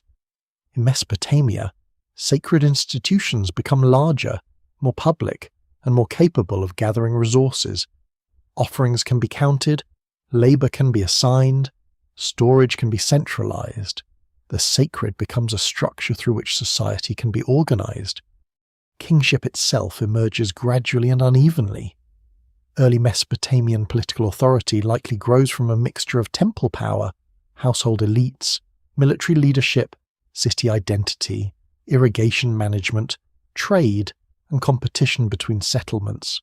Scholars still debate the exact pathways, and no single explanation fully accounts for the rise of kings. What is clear is that by the time kings appear as visible figures in the historical record, they stand on foundations older than monarchy. They claim to build temples, protect cities, defeat enemies, feed gods, and maintain order. But the basic practices they command were first developed by communities without them. The king becomes a new answer to old problems: how to coordinate labour, manage surplus, settle conflict, defend resources, and bind many households into one larger body. The people of Sumer, Akkad, and the broader Mesopotamian world also inherit the older tension between household and institution. Families still matter: lineages, neighbourhoods, workshops, and local cults still shape identity. The palace and temple do not erase the house. They reach into it. They tax its production, recruit its labour, regulate its obligations, and draw its members into wider systems. Civilization becomes layered. At the bottom are the same human needs seen in earlier villages: food, shelter, kinship, burial, ritual, exchange, repair. Above them rise the new structures of state power officials, scribes, overseers, soldiers, rulers, legal claims, and archives. The old world remains, but it is increasingly surrounded by institutions that can command it. This continuity matters because popular history often begins too late. It begins with Sumerian kings, Egyptian pharaohs, monumental temples, royal tombs, and written myths. Those are easier to narrate because they give us names, dates, buildings, and dramatic scenes of power. But the deeper history of civilization belongs to people whose names are missing. The first farmers who learned the moods of grain, the builders who discovered how mud could become durable architecture, the households that buried their dead beneath floors, the makers of blades and beads, the traders who carried stone and shell between communities, the ritual specialists whose ceremonies held settlements together, the exhausted hands that ground food before dawn. Without these people, the royal world has no foundation. The forgotten before Mesopotamia also remind us that civilization is not identical with the state. Cities, rituals, exchange, dense settlement, craft, memory, and cooperation all have histories older than kingship. The state gathers these things and redirects them. It can make them larger, more durable, and more visible. It can also make them more unequal, more coercive, and more demanding. When Uruk rises, it is astonishing. But it is also the child of older experiments, some successful, some fragile, some abandoned, some buried beneath later ground. The first kings do not step into an empty world. They step onto a stage built by people who never needed a crown to change the course of human life. So beneath the first written tablets and the first monumental cities lies an older silence. It is not a silence of absence, but of anonymity. The people before kings leave no royal lists, but their influence is everywhere. It is in the brick, the field, the storehouse, the temple platform, the exchange route, the household, the burial, and the administrative habit of counting what earlier generations had learned to grow and keep. Mesopotamia remembers them indirectly. By building upon their inventions, every later city, every palace archive, every temple economy, every king who claims to found civilization is standing on the buried work of communities that had already made settled life possible. The people who built these early worlds vanish from history in a peculiar way. They do not vanish because their settlements were unimportant, or because their lives left no trace, or because later civilization replaced them completely. They vanish because history, as it is usually remembered, prefers names. It prefers kings, dynasties, battles, written laws, founder legends, temples with inscriptions, tombs with treasure, and cities whose rulers announce themselves loudly enough for later generations to hear. The people before kings do not speak in that register. They leave no royal voice to say, "This wall is mine, this city is mine, these people obey me." They remain beneath the louder record, not absent, but muffled, like footsteps under later streets.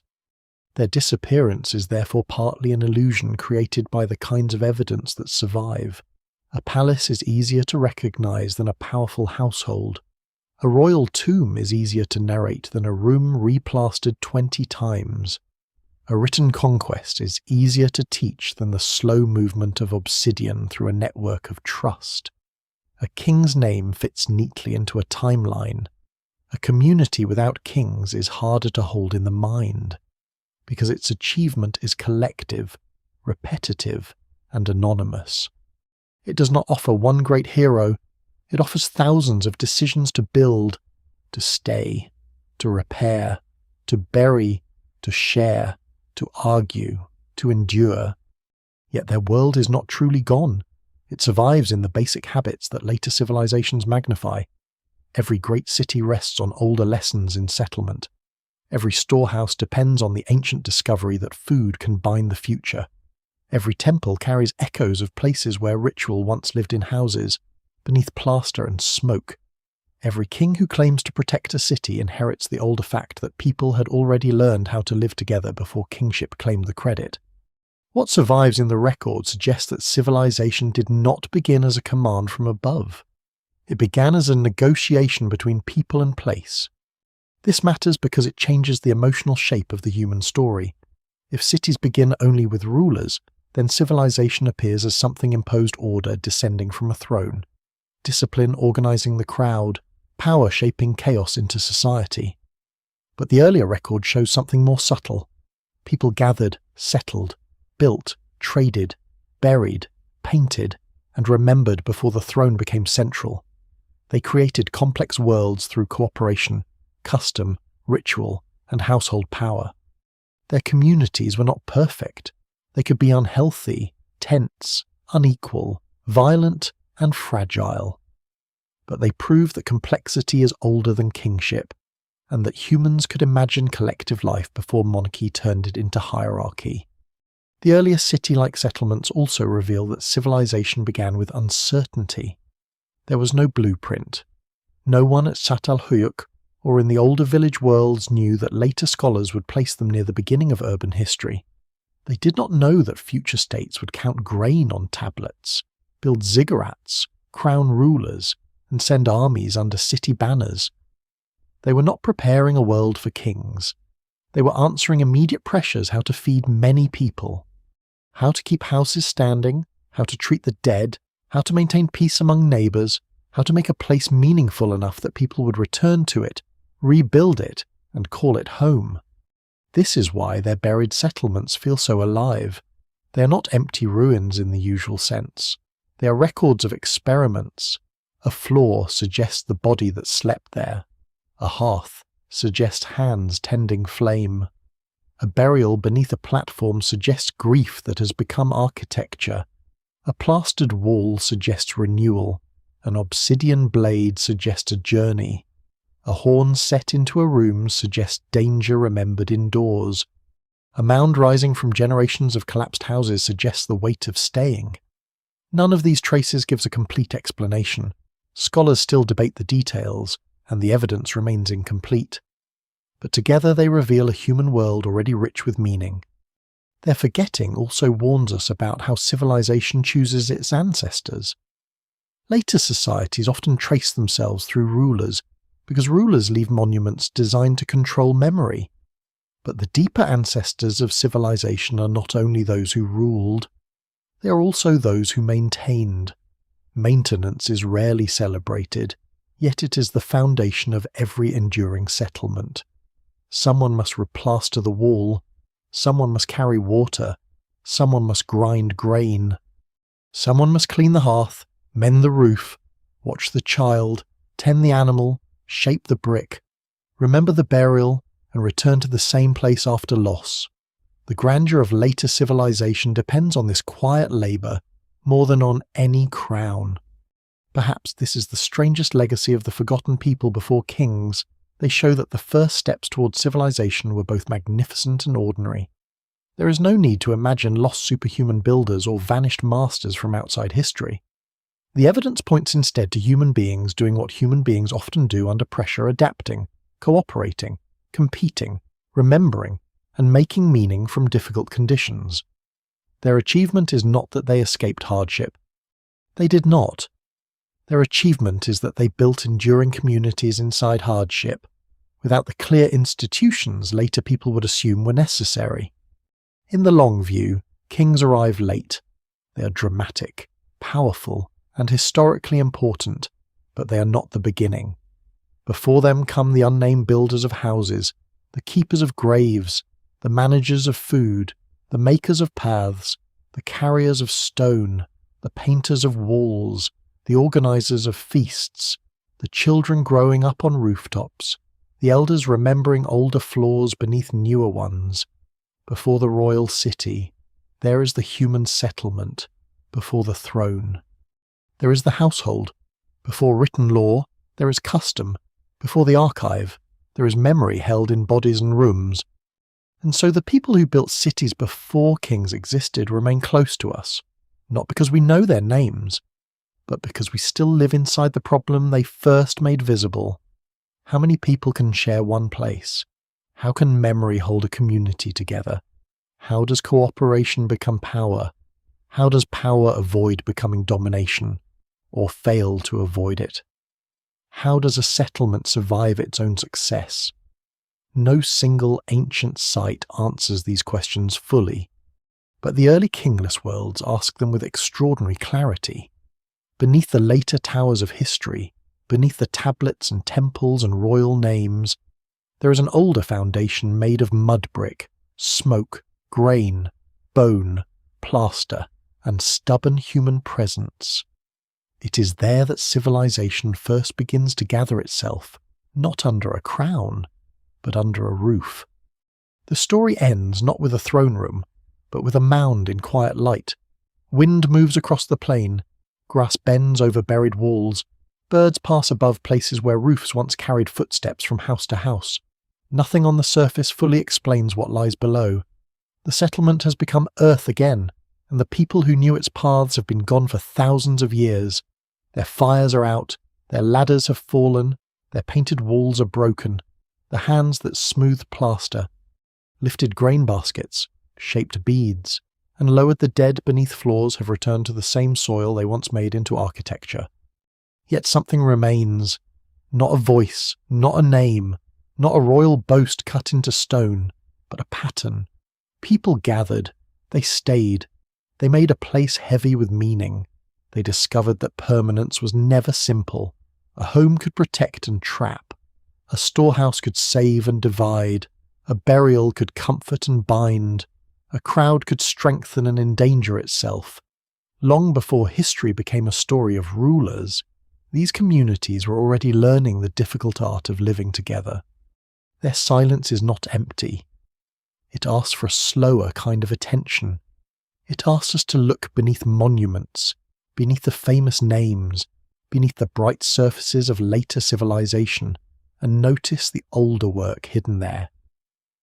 The beginning of the city was not only a triumph of planning or power, it was also smoke in the eyes, dust in the teeth, aching shoulders, repaired walls, shared meals, uneasy neighbours, remembered dead, and the fragile hope that tomorrow would be worth building for. And perhaps that is why these forgotten people still matter. They remind us that civilization is not a thing finished once and inherited forever. It is an arrangement remade every day by ordinary acts, by maintenance, by trust, by restraint, by memory, and by the willingness to remain responsible for a place. The first kingless builders did not solve the human future. They opened it. They left behind no empire, but they left a question buried under the floors of the world. What kind of community can people make before power rises above them? At dusk, the mound grows darker, the plain cools, the last light touches the broken edge of ancient plaster, then slips away. Beneath the ground, the old rooms remain, layered one upon another, holding their dead and their silence. Above them, the world continues, still building, still forgetting, still searching for the first shape of home,